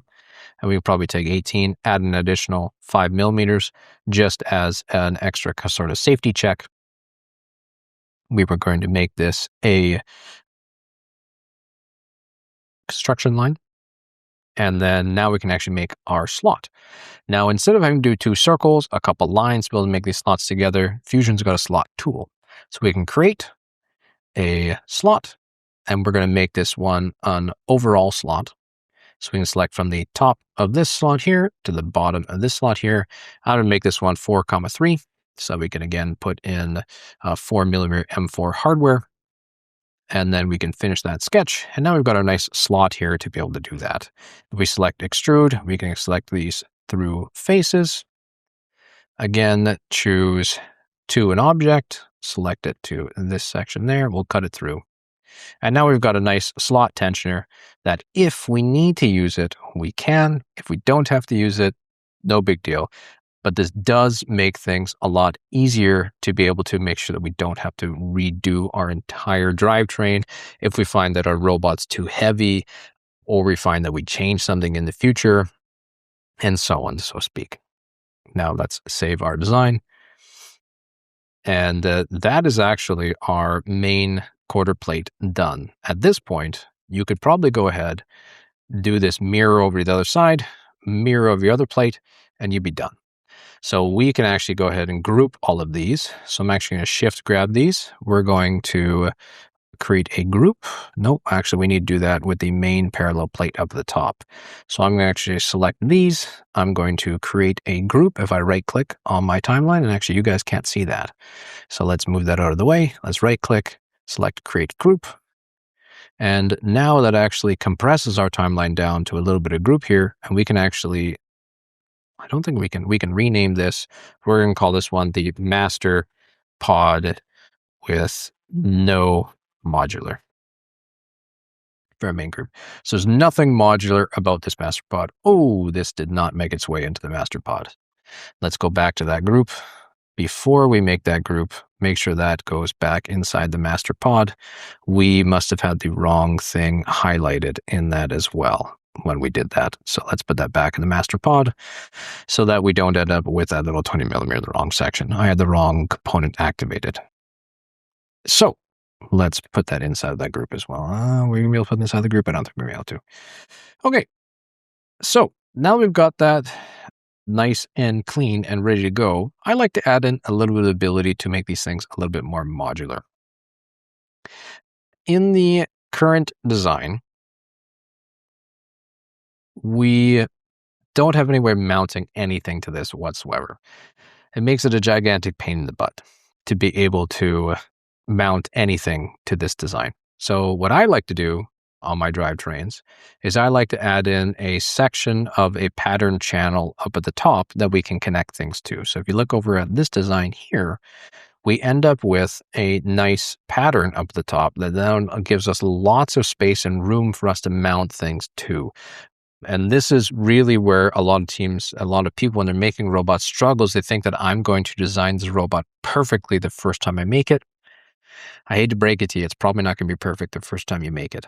So rather than doing that, I like to plan for potential changes to come up. And once your robot design is fully finished, then you can go back and remove these sections, only keep the holes that you want to have. But instead, it makes it a real big challenge to not have any sort of pattern in here. So I like to add in an extra pattern design up at the top to be able to give myself a little bit of modularity.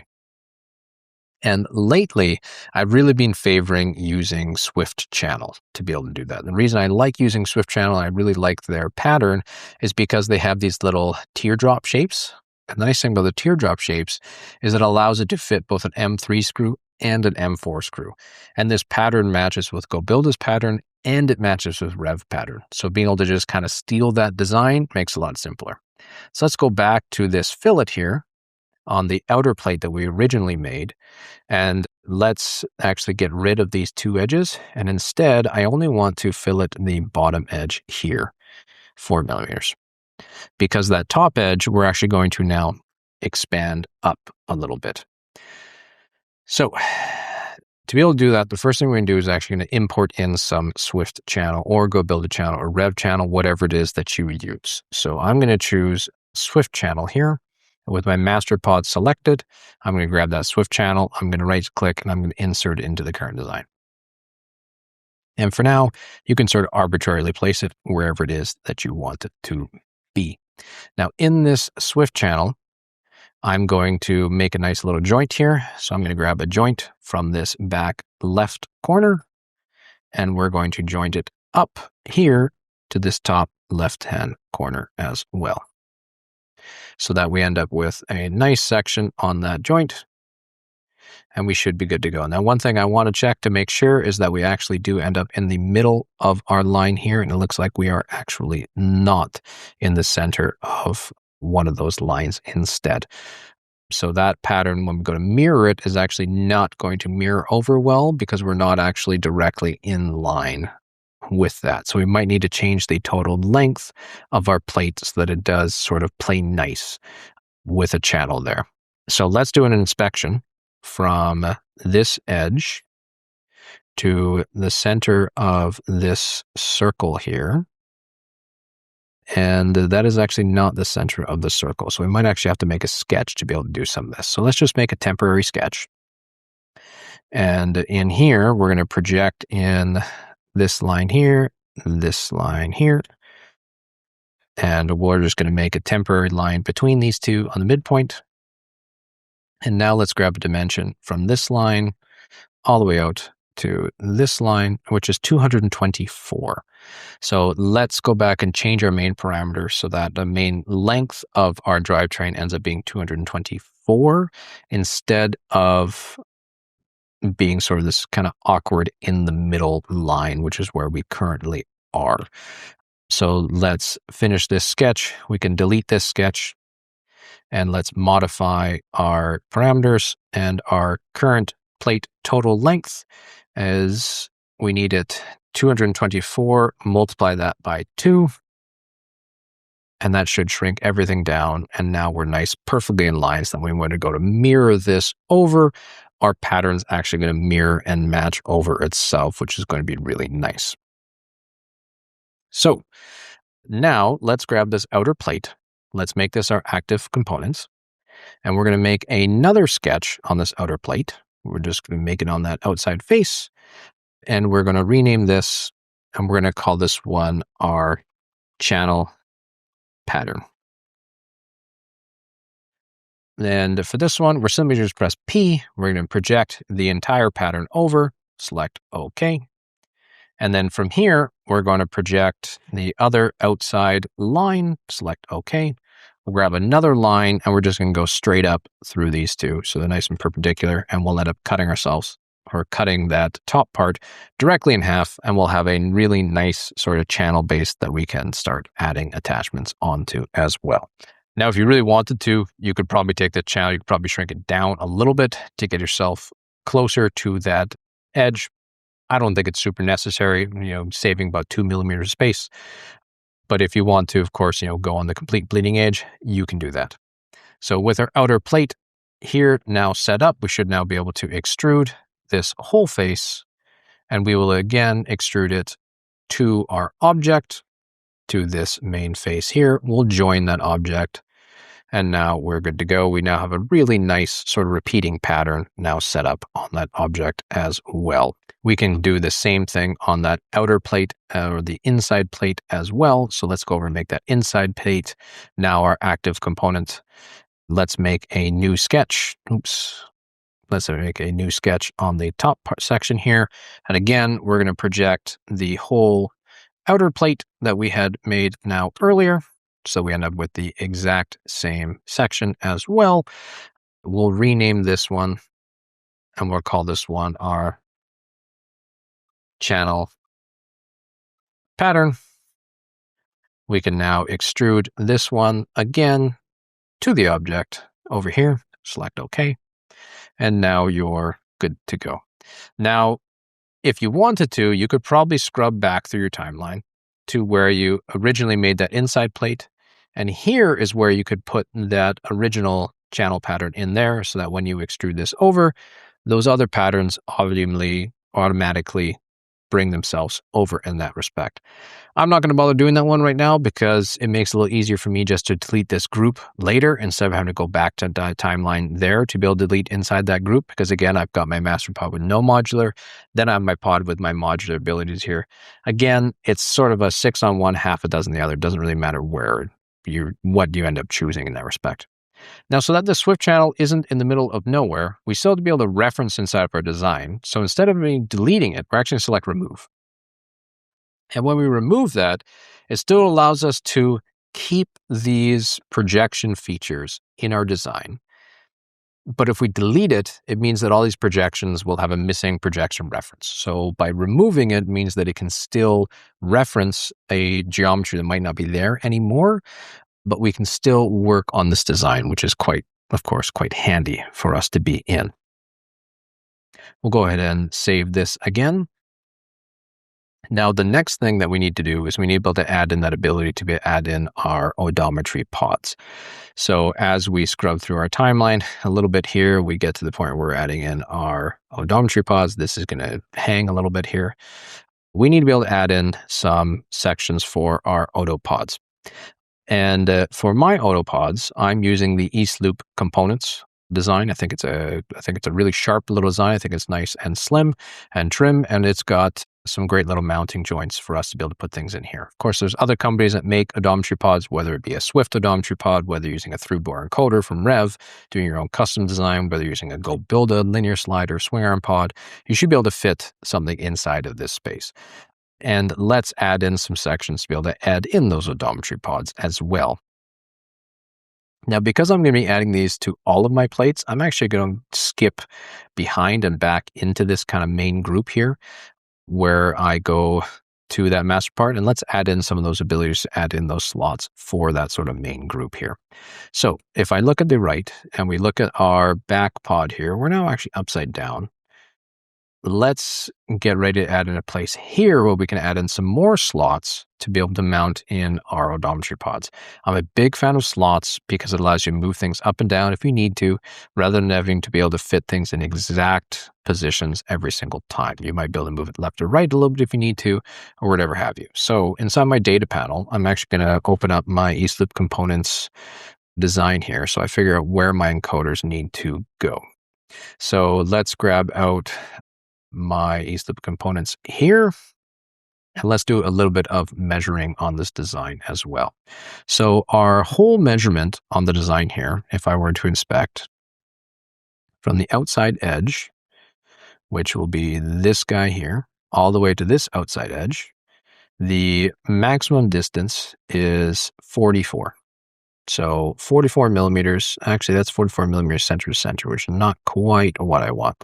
So let's try that again. Let's try it from that edge here to that edge, and it might not like that again because it's going to give me center to center on those circles. So we need to find an edge instead.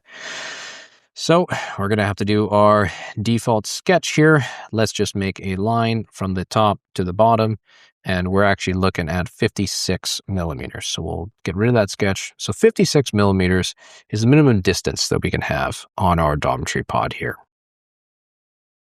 So let's find that outer inside plate. Let's make that our active. And let's make a new sketch on this.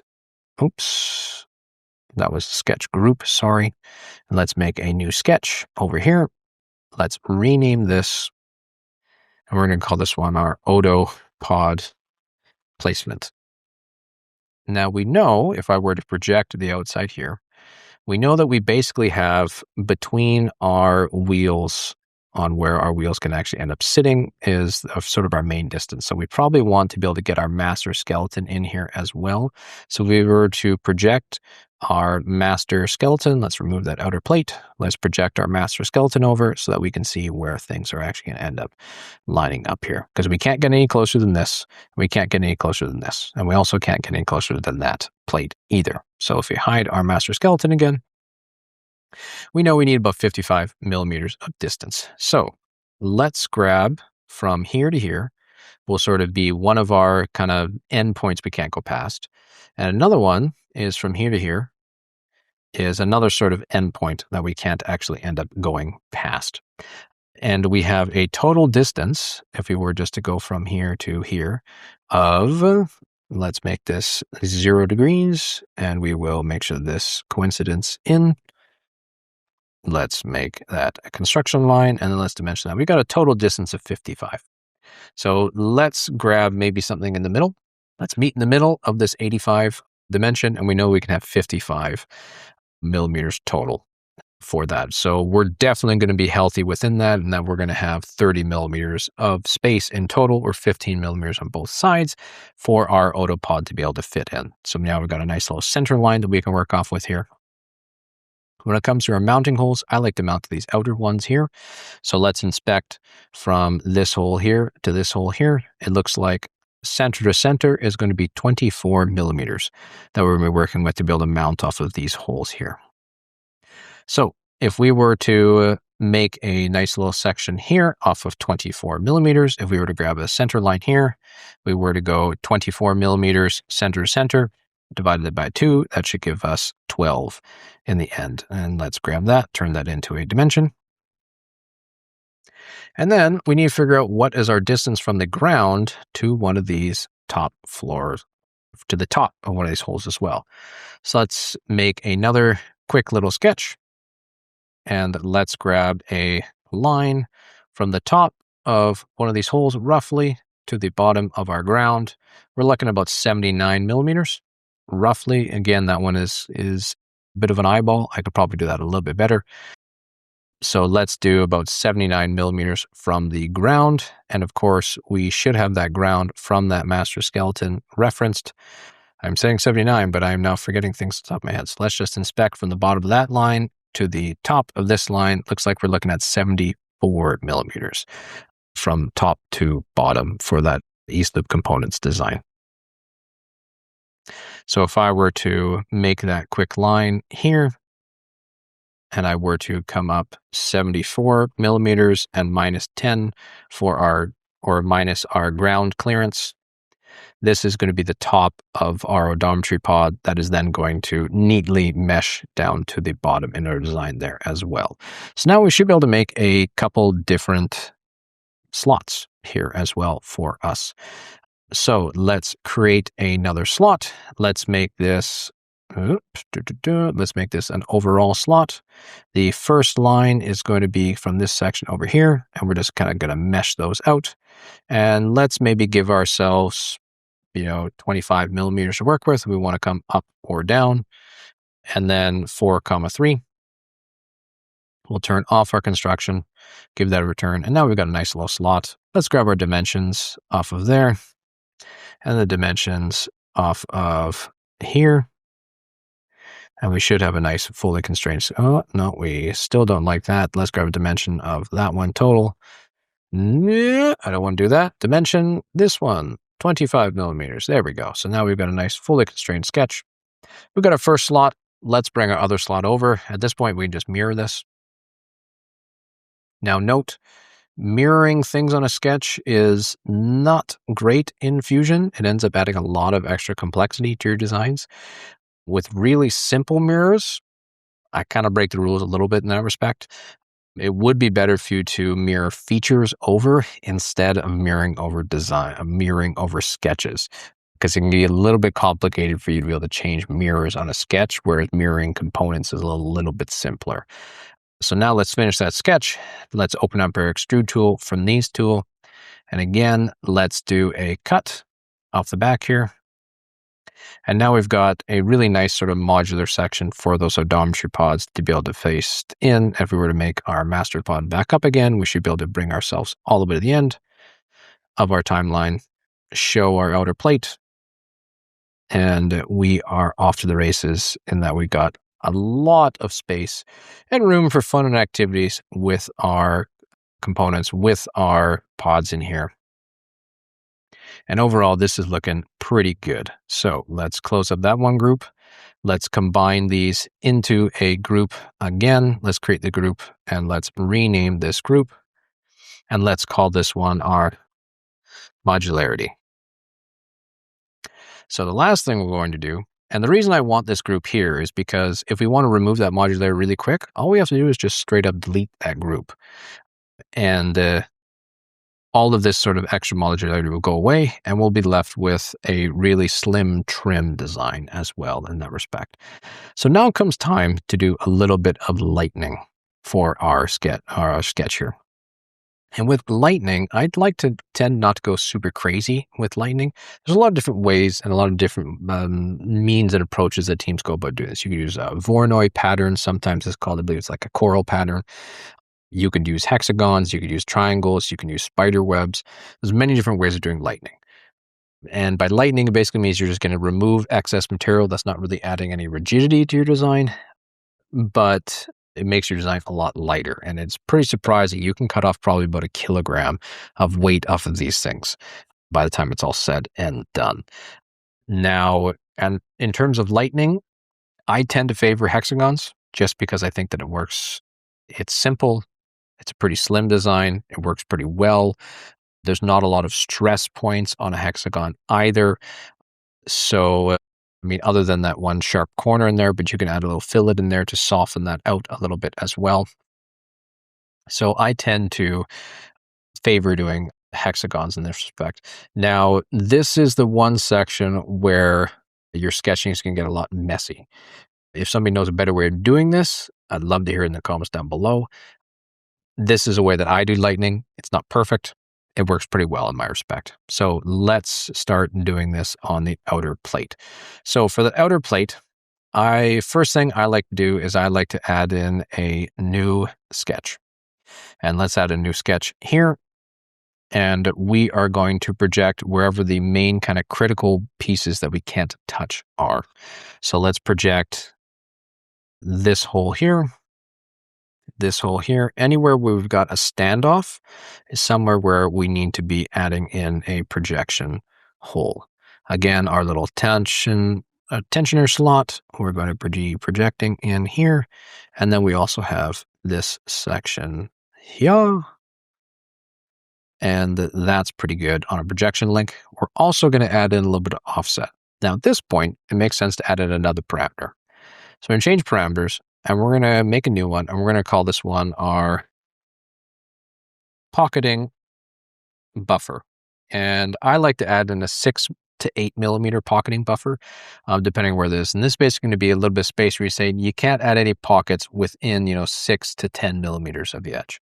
If you're working with aluminum, you can probably get a little lower on this. If you're working with acetyl, you might want to go a little bit higher. If you're working with plywood, you can probably go to about 10 millimeter buffer. So this is the buffer around critical components. And the reason I do that is because we're about to add in a bit of an offset here. So let's do an offset from our main point here, and let's do a negative pocketing buffer. And it automatically adds in a little negative pocketing buffer around our edge there. Now this one's already added in that pocketing buffer around these sections, so we don't actually do that. Let's do our offset of this, and we're going to add in that pocketing buffer. Let's do an offset of this. We're going to add in that pocketing buffer. We'll do the same thing here. We'll do the same thing here. And we're just going to go around and add this to all of, let's do offset again. We're going to go through and add this to all of our sections as well. We'll do an offset of this whole section. Oops, that did not offset there because it has to be negative pocketing buffer, so it actually expands out beyond that section there. And that's good. Now, another one that we want to do here is because this swift channel here, you may or may not actually have that swift channel, depending on where it goes. I like to add in a pocketing buffer around that channel as well.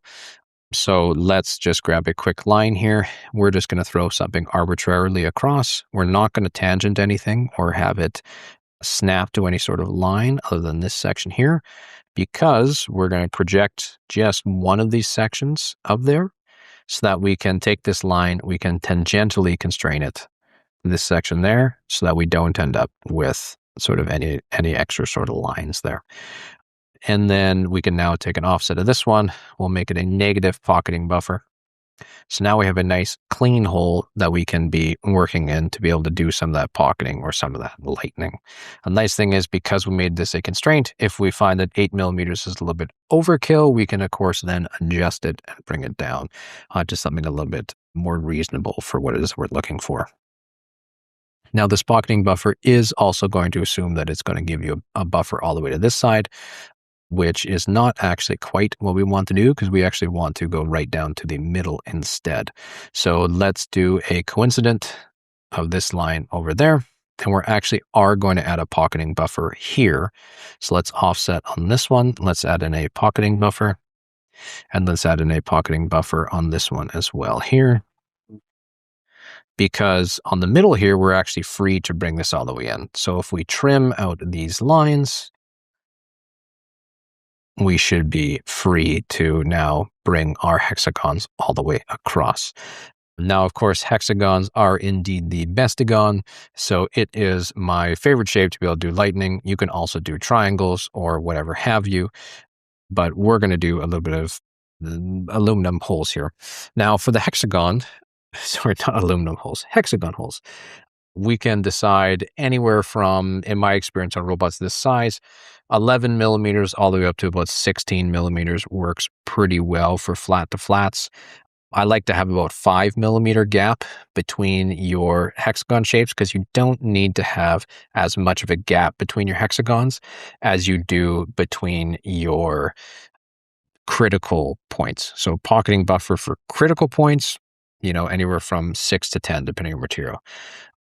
Pocketing for non-critical points, anywhere from 3 to 6 is probably going to be fine. Again, depends on material. If you're using stronger materials, you can use a little less. So I can probably use about something like 4 millimeters for mine, because I'm using acetal in this respect. Now it's time to get a bit into arbitrary land here. So let's do an inspect here and let's see how much gap we've got. Our gap is about 61 mil. Now, again, I already talked about anywhere from 11 to 18 millimeters is going to work pretty well for your CADs, for your hexagon spacing. So let's add in some parameters for that now. So let's change some parameters, and I'm going to add in a hex flat to flat. Oops, we'll do hex flat to flat. And I'm going to say something, arbitrary like 17.5. And this is going to be my flat to flat distances measurement for flat to flat hexagon pocketing. And then we're going to need to put in some sort of gap between our hex. So I'm going to call this one my hex gap. And I'm going to make a 4 millimeter gap. So gaps between flat to flat hexes for pocketing. And then now it's time to actually make our rows as well for those offsets. So the offset on our horizontal rows, of course, is going to be our flat to flat plus our gaps. So I might say our horizontal row offset is going to be our flat to flat. Oops. I always tend to hit tab. So hex flat to flat plus our hex gap. And then we have our vertical offset. Now, this one's going to be a little bit different. It's going to be our hex flat to flat. Stop hitting tab. It's going to be our hex flat to flat plus our gaps. Stop hitting that. Plus our gaps. Oh my goodness. Plus our gaps. And then we're going to multiply this by 0.866. And the reason we're doing that is because of the 60-degree angle that comes off of the corners. This is going to be our vertical offset for our rows. And then the last thing we're going to need is our offset shift, because when we vertical down, we have to shift over as well for about half of the width of one of those gaps. So this is going to be our vertical offset shift. And then this one is going to be our hex flat to flat plus our hex gap. On parentheses, we're going to divide that by 2. So now we have our setup to be able to do our patterns as well. So let's start with making our first hexagon in this respect. So I'm now going to create a new polygon. I'm going to make this one a circumscribed polygon, and we're going to just arbitrarily place this one again. And because we're going to be doing this as flat to flat, this is going to be our hex flat to flat divided by 2. And I'm going to take this one, I'm going to grab this point, I'm going to coincident it to this flat here. And actually, I believe we are already coincident constrained, so I have to delete that coincident constraint that's already there. We'll coincident this on, so we end up about halfway across. And then we will grab this up until we're about maybe at that top tangent point for this hexagon here. So let's grab this coincident. Let's coincident that up so that we end up with a line there. So this is a pretty decent looking hexagon at this point. We can now put in another hexagon as well. So let's create another hexagon. Again, we're going to put this one somewhat arbitrarily placed. This is going to be our hex flat to flat divided by 2 again. Make sure that this one is no longer constrained on any point there. We're going to horizontal vertical constrain that. Make sure that this one's also horizontal vertical constrained, because I don't think we forgot to do that. And now we're going to change our offset on this one as well. So now let's grab some of our dimensions. So let's grab a dimension. Let's unselect everything, and let's just choose a random point on this hexagon for now. I'm going to choose that top point here to this top point here. And vertically, we're going to take our vertical offset line there. And then we're also going to grab another dimension from this line to this line. But at this point, we're going to put in our horizontal dimension instead. And we're going to call this our offset shift, because that's how far we're going to have to shift our offset off from one another to be able to actually put that line in. So now we've got our base set up for our rectangular pattern. So let's go ahead and create a rectangular pattern, and we're going to select the edges of all of our hexagon here, being very careful to make sure we select all of these. Now, this is where we sort of diverge from Fusion best practices. And now Fusion best practices says that we should, extrude these two out and then rectangular pattern out that design later. The reason that I don't want to do that is because it makes it a little bit harder for us to be able to avoid these sort of buffer spaces. So we're actually going to add this in as a sketch to be able to do some of those extrudes out later. So we're actually going to set this off as, on these, we're going to choose spacing as well. And then for our quantity, or for our distance, we're going to call this one our horizontal row offset. So we end up with our nice little horizontal rows offset there. And then same thing with our vertical lines. We're going to set this to negative vertical offset. And we're going to have to delete that second millimeter there. Otherwise, it's going to throw that off. And we might actually need to vertical offset, we need to multiply that by 2 so that we don't end up expanding onto the offset shift we've already done down before. Now, it looks to me like just doing 2 there is probably going to be fine. We probably don't need to do 3 in that respect. And then over here, we can just arbitrarily start picking numbers until we find something that actually seems to fit. And it looks like 11 actually fits pretty well for us in this respect. Now, if I wanted this hexagon to look super clean, I could probably expand my hexagon out a little bit in terms of my parameter. So let's select OK. Now we've got a pretty decent hexagon shift going around. Let's modify one of those parameters for that hexagon flat to flat. And let's make that just a little bit bigger by, say, something like 17.55. And that's pretty darn close, but we might modify that parameter a little bit more. Maybe let's say, the hexagon flat to flat might be 17.57. Select OK there, and still not quite there. Maybe we make it 0.6. It might end up perfectly in line.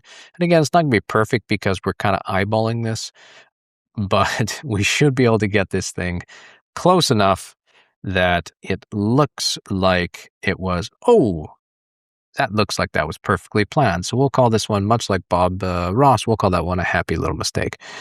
And we'll move on in that respect. So this is our sketch for that sort of outer plate where we've got our channel pattern there.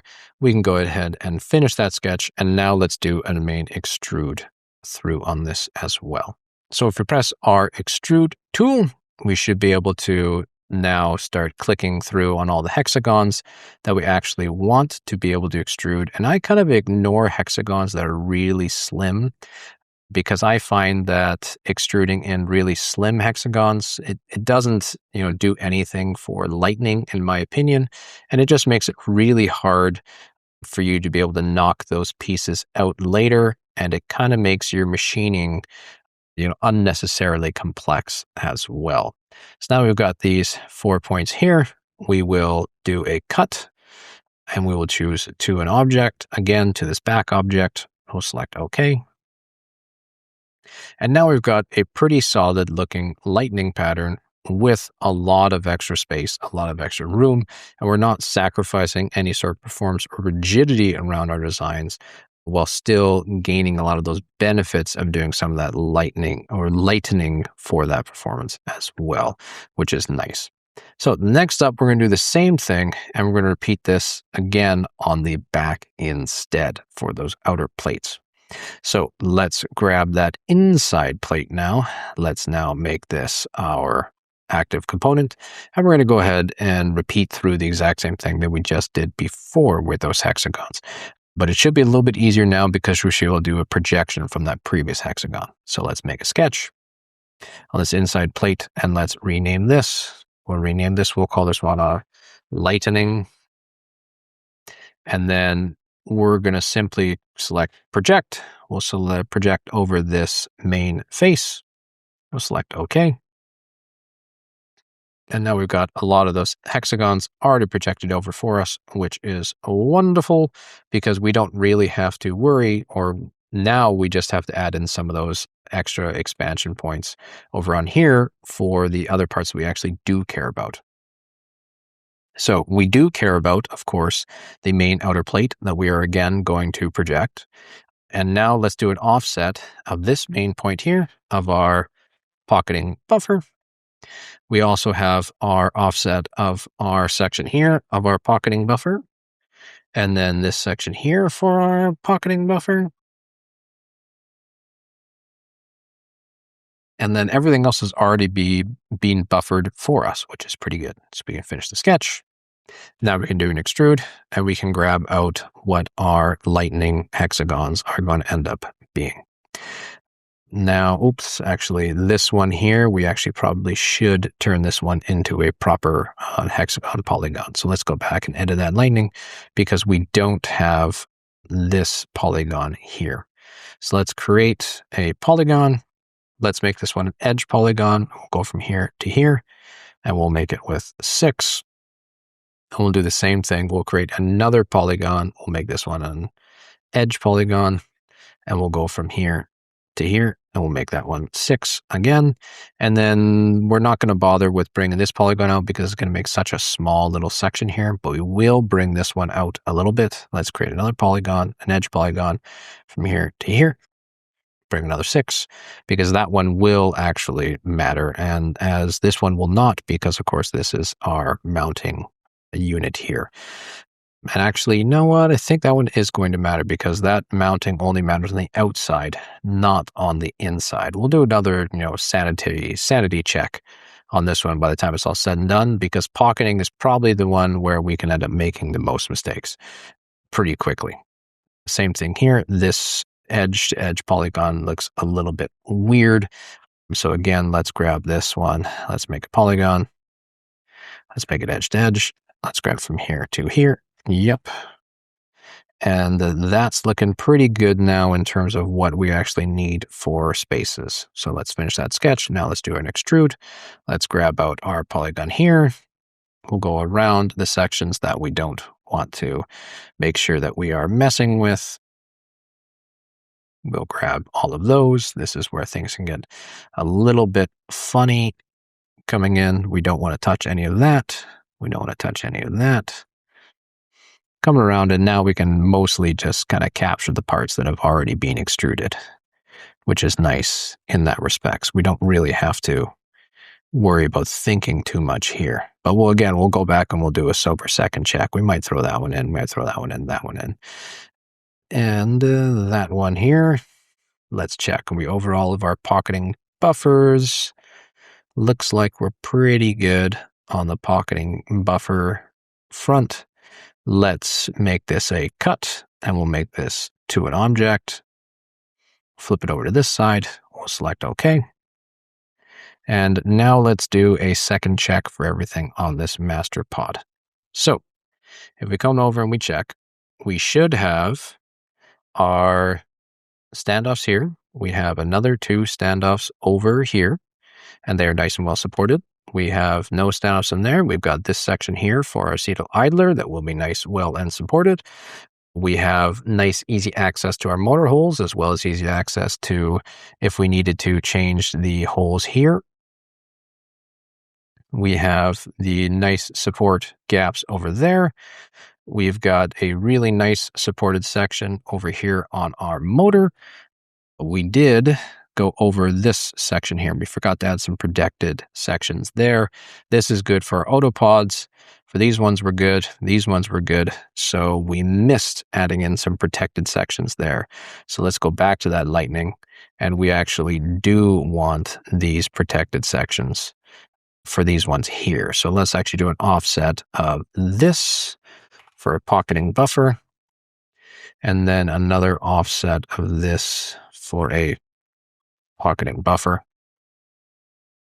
We'll finish that. Now we can go back, edit that extrude, make sure that we do not go into our pocketing buffer zone because we don't want that to be getting in the way. And it looks like we've got some strangeness happening there, but I think that's just from where things are cutting. So we'll get that out of that pocketing buffer, that one out, and that's not actually part. Oh, that one is. Get that one out.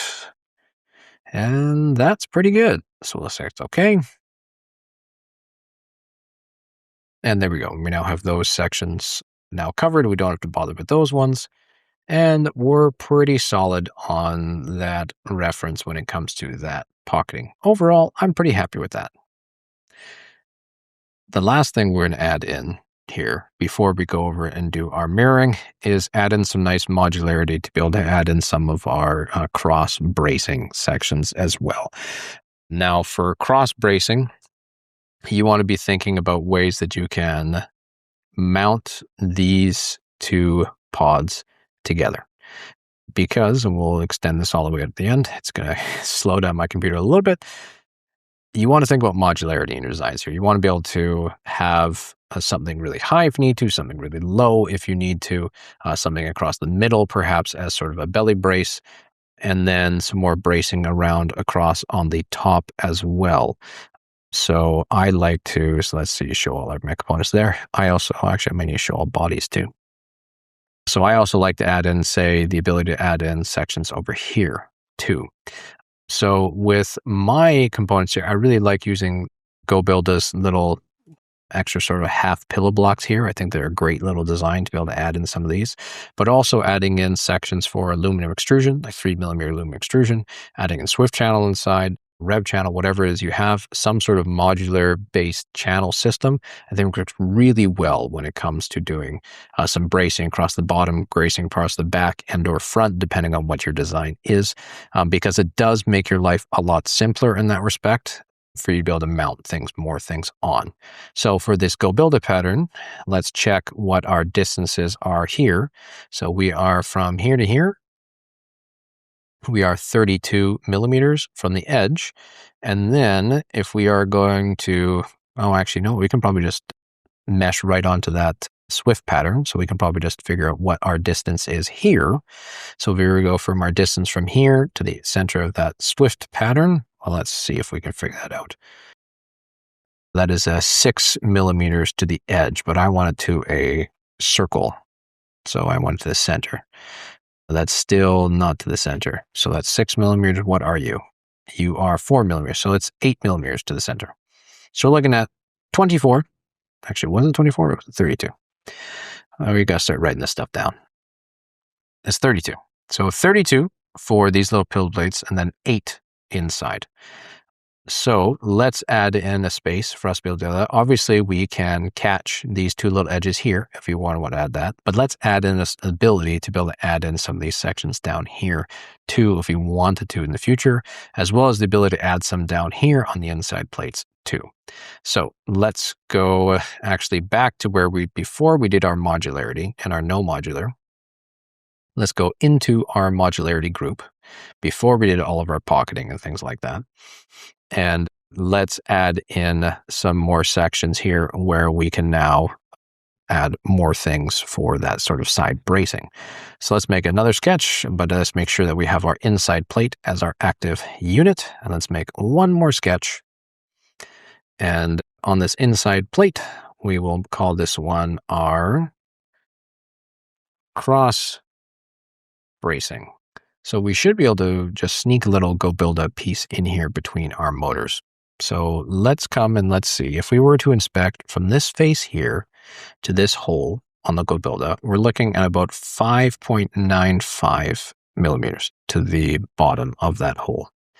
So if we come over here and we take a line up to say 5.95, and then we come over 16mm, we should be able to just sneak a hole in here if we want to.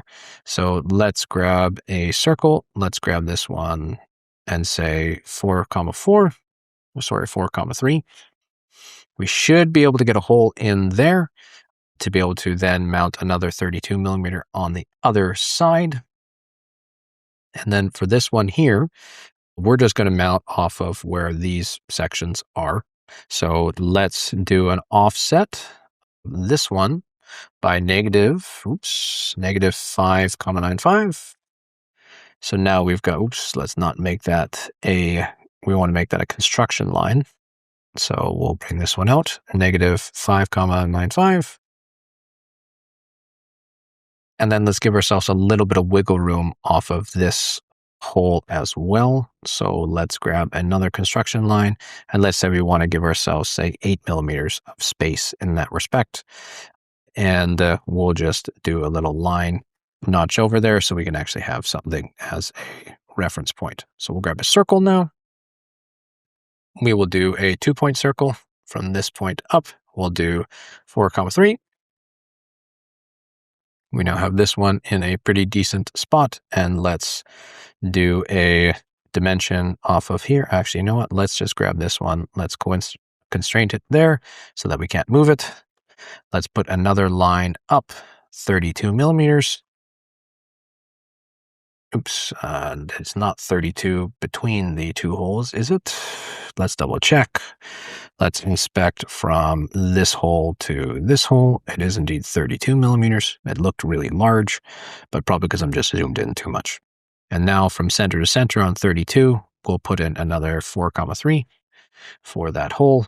And now we've got space to be able to add in some bracing up the top if we want to, some bracing down the side, some bracing down the middle. So we end up with a pretty solid setup here as well.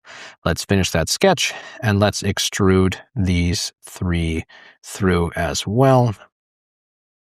We will again do into object. We'll cut that through. Pretty happy with that. Let's go back and make our master pod. And now that we have a few new extra holes in here added in our modular plate, we actually need to do our inside plate lightening. We need to now do some more offsets here as well. So let's do an offset here. Let's add in a pocketing buffer.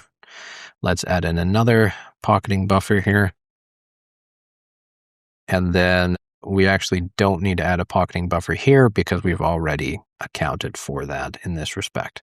So we finish that there. Let's extrude that out and let's now remove these last couple little sections from our pocketing buffer so that we do have those little through holes if we do end up needing those as well. So overall, that is our kind of main master pod. That was a huge marathon to be able to get things done. Let's throw in a cool little quick appearance here, give it a nice little black acetal look.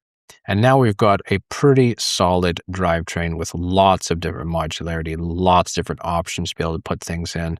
We can definitely fit in an odometry pod in here, but we'll finish that up in a little bit.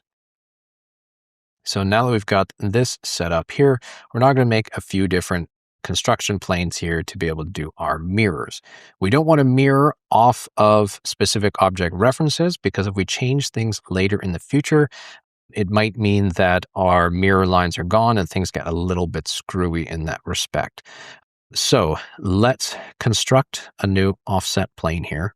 We're an offset plane from this, and this is going to be our plate total length divided by 2. I will times that by -1. So, times that by -1 so that we end up with the proper mirror section over here. And we will rename this construction and we will rename this one. We'll call this one the master pod. And this is mirror line. And then we're also going to mirror from this origin point over as well. But here's where we need to do a little bit of measurement in this respect, because we probably want to mirror that over in some sort of standard channel length that we end up having. Now over here, I used 11 length channel from GoBuilda to be able to add these in. So if I were to just inspect this, I end up with 288 millimeters. So our total thickness on these guys is 80, which is pretty convenient. So if we were to construct another offset plane here, and we were to offset it by 80, if we offset it to this section here, 80, and then we do another minus 288 divided by 2, we now end up with an exact mirror line of where those points actually ended up mirroring as well. So this one can be the right pod mirror line. So now we've got that, we can actually go ahead and do our main mirrors here. So let's now modify, is it modify or is it create? I think it's create. Let's create a new mirror. We'll now create the components from the master pod. We'll select the mirror line, which is going to be our construction line of our master pod mirror. We'll mirror that over, select OK. And now we have our main mirror here. Now, before we do our other mirror, we need to do a little bit of combine tools as well. So we can hide that master mirror there. We're going to combine this face and this face together so that they end up in one plate. We're also going to combine this plate and this plate. And then we're also going to combine this plate and this plate so that they end up mirroring themselves over. And we can go ahead and hide our master skeleton as well so that that doesn't keep showing up. And actually, before we do that mirror, we can probably actually remove that master skeleton too if we wanted to. So let's remove this at this point so that when we mirror it over, we don't end up continuously mirroring over that skeleton line, which is not exactly what we want. So now we've got our full pod mirrored over. We're now free to do our another mirror. So now let's create another mirror. We're going to create both our master pod and our master pod mirror. We'll mirror that over from this pod over there. Select OK. And now we have a pretty solid looking drivetrain. Oops, that is definitely not the orientation that I want to be looking at. There we go. If we hide these construction lines, now we've got a pretty solid looking drivetrain. Last thing for us to do is sort of add in some of those cross bracings for where it is that we want to add in some extra rigidity for design, as well as add in some of those odometry pods. So let's get into doing that. Now at this point, adding in the odometry pods is kind of trivially easy. So we'll go up to our data panel, we'll find the pods that we need. I'm going to simply insert this in with my master design selected as my active component. We'll select that OK. And because I've already made this a rigid component, I can simply just grab a joint, grab from this surface here, choose anywhere I want on these two surfaces. I like to grab this sort of top section there. And looks like we might actually have to use the other section as our joint action. So I'm going to grab there as my joint so it actually matches up. Select OK. Oh, I did not make that rigid group. That always ends up happening. So we'll go back in the timeline. We'll turn that into a rigid group. That'll constrain all the bodies. We'll choose OK. Then we'll go forward in the timeline and everything should actually pop over as we expect. We'll double check our mounting holes actually do line up. And we should be on that ground plane. Oops, that is the wrong point there. We should be on that ground plane. Looks like we're a little bit low off that ground plane. So we might actually, and because we've got these mounting holes there, we could just use the bottom mounting hole there, or we can lift that up because it looks like the ground plane is our y-axis here. We're actually a little bit low. That's probably a bit heavy on the amount of compression that we end up wanting on that wheel. So I might reduce that a little bit later, but I think that's a problem for another time. Now we'll grab the other component here. Now, of course, with your odometry pods, you need to have one of your units needs to be a X-axis odometry pod. Oops, not isolate. And one of your units needs to be a Y-axis odometry pod. Now, because East Loop Components does not have a right angle unit here, I made a quick little right angle setup here so that we can actually have some real odometry in that point. So I'm now going to do our joints here again, and we'll again do another little joint on our inside axis. And that we'll flip that over and we'll see. And that looks like that's actually going to, oh no, that's not going to give us where we need. That's actually going to flip us upside down. So I'm going to put it on this axis. And we'll give it a rotation. Oops, not move. I want to rotate this around so we end up actually in the place we want to be because that's the top. And there's our y-axis. And it looks like if we look at the top, oh, we have a beautiful amount of clearance between these two.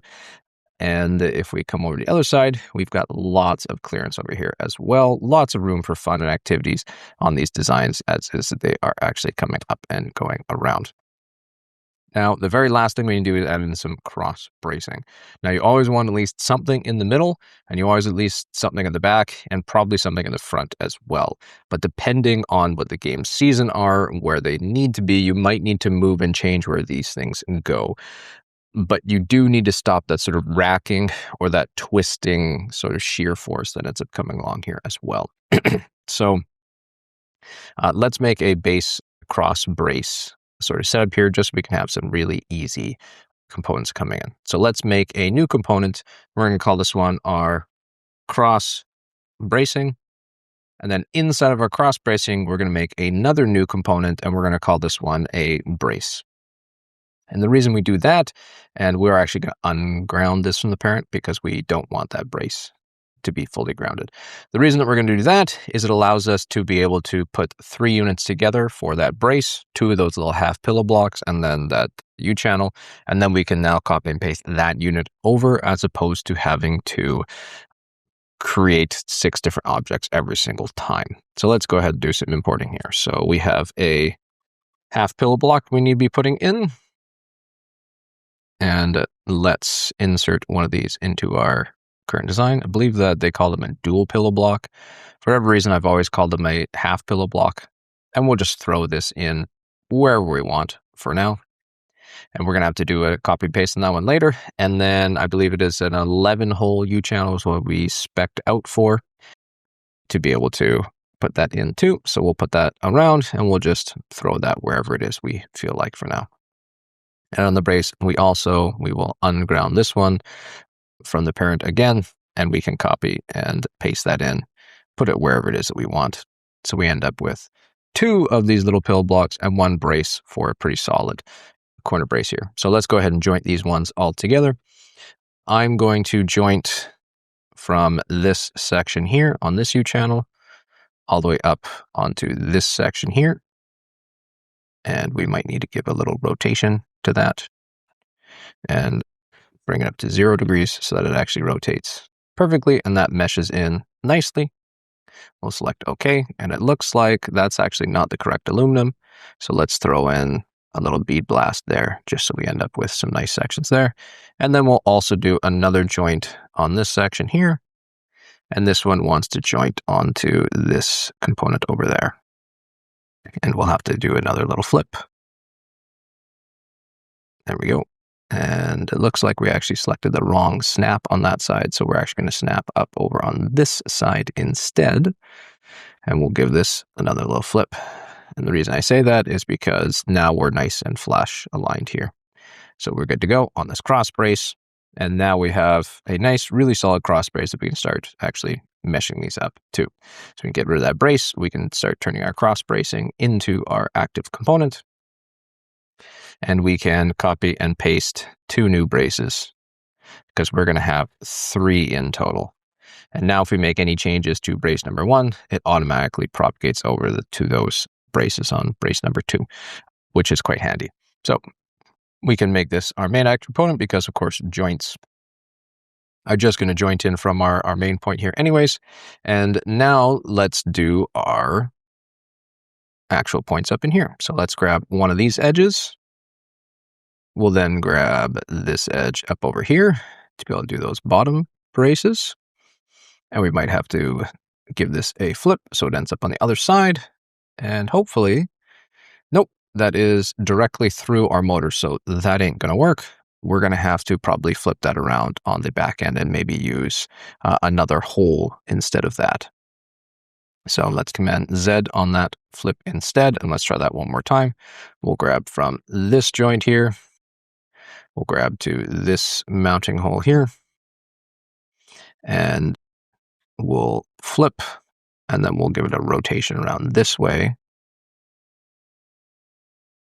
And it looks like we are a little bit too close to the sun on that bottom bracing when we originally made that design. So let's check. So if we get rid of one of these full pod mirrors, so we can actually see what it is we're looking at, we come down to the right, we are indeed quite a bit into that motor, as we can see. So we actually probably have to come down with our unit, or we probably need to actually offset our unit as well, because we probably want it to be in the middle of one of these motors as opposed to off the side. So let's actually go back and let's change that so we could actually have a belly brace here and a belly brace on this side if we wanted to.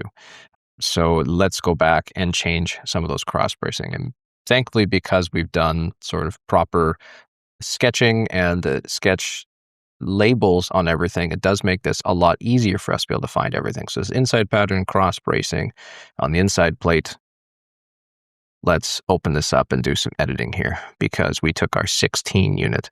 So instead of this 16 unit here, let's actually make this one something like 4 millimeters in. So we end up having a spot for 1 plate to have some spacing. And actually, you know what? Let's make it 5 millimeters. And if we make it 5 millimeters, that gives us space for a 2.5 millimeter U channel and then space for that other U block to be able to pull in. And then if we grab another line off of here, make this one 32 and 0 degrees. And if we put another circle, let's actually get rid of this. Where's that sketch line go? There it is. We'll turn that one into construction. If we now grab another circle that is 4,3, we can now have that second point for that cross spacing to be able to put in. So now we need to do that extrude. Everything should propagate over, which is quite nice. Going to take a hot minute for it to be able to do that. And let's actually drag this back so that we can go behind those mirrors first, because those mirrors will really slow things down. So we need to now extrude that in. And we shouldn't have to worry about any sort of additional spacing that we need around those plates, because we already had that pocketing buffer around that motor anyways, which is quite nice. So let's bring our timeline all the way back to the end. And now if we edit this joint, instead of snapping to this face here, let's snap to this face here. And actually, it looks like this is already the proper orientation. So let's actually snap to this face here. Select OK. And that's looking pretty good. We're no longer colliding with our motor. We now have enough space. Oh, actually, we are colliding with our motor a little bit. We might need to either bring that down, but then we start risking getting a little closer to the ground. So option number 1 is to take a little file and file this piece down so that you can get your motor in around it. Option number 2 is to bring this whole face down a little bit. I tend to favor a little bit of file, just because knocking out a little bit of aluminum is really not a huge challenge, but that's going to be up to you about whether that's something that you want to decide that you would like to do. So we'll show everything again. Let's grab our other brace here. We'll grab from this face here to this face here. Might have to give that a little flip and a rotation. We'll do it 270 degrees. And that brace is looking good. And then I'm going to do a last brace up at the top here, because I'm planning on putting an intake on my robot. So we'll grab a last joint from there. And we'll just continue to match everything up on this side. So I'm going to grab there. Gonna have to do a little flip. And it might not like that one. Oh no, actually that'll be just fine. 90 degrees, select OK. Oh, no, that's on the wrong side. So let's edit that joint. So we will change our snap from this side. Oh, actually, I'm not editing the correct joint. Let's go all the way to the end in our timeline, scrub back over. We'll edit this joint. And instead of grabbing from that side, we're going to grab from the other side. Move ourselves around. And that is more what we're looking for. Select OK. Oh, nope, that's again not what we're looking for. So we will remove this snap, select it as this point down here as a snap, give it a rotation all the way up, like so.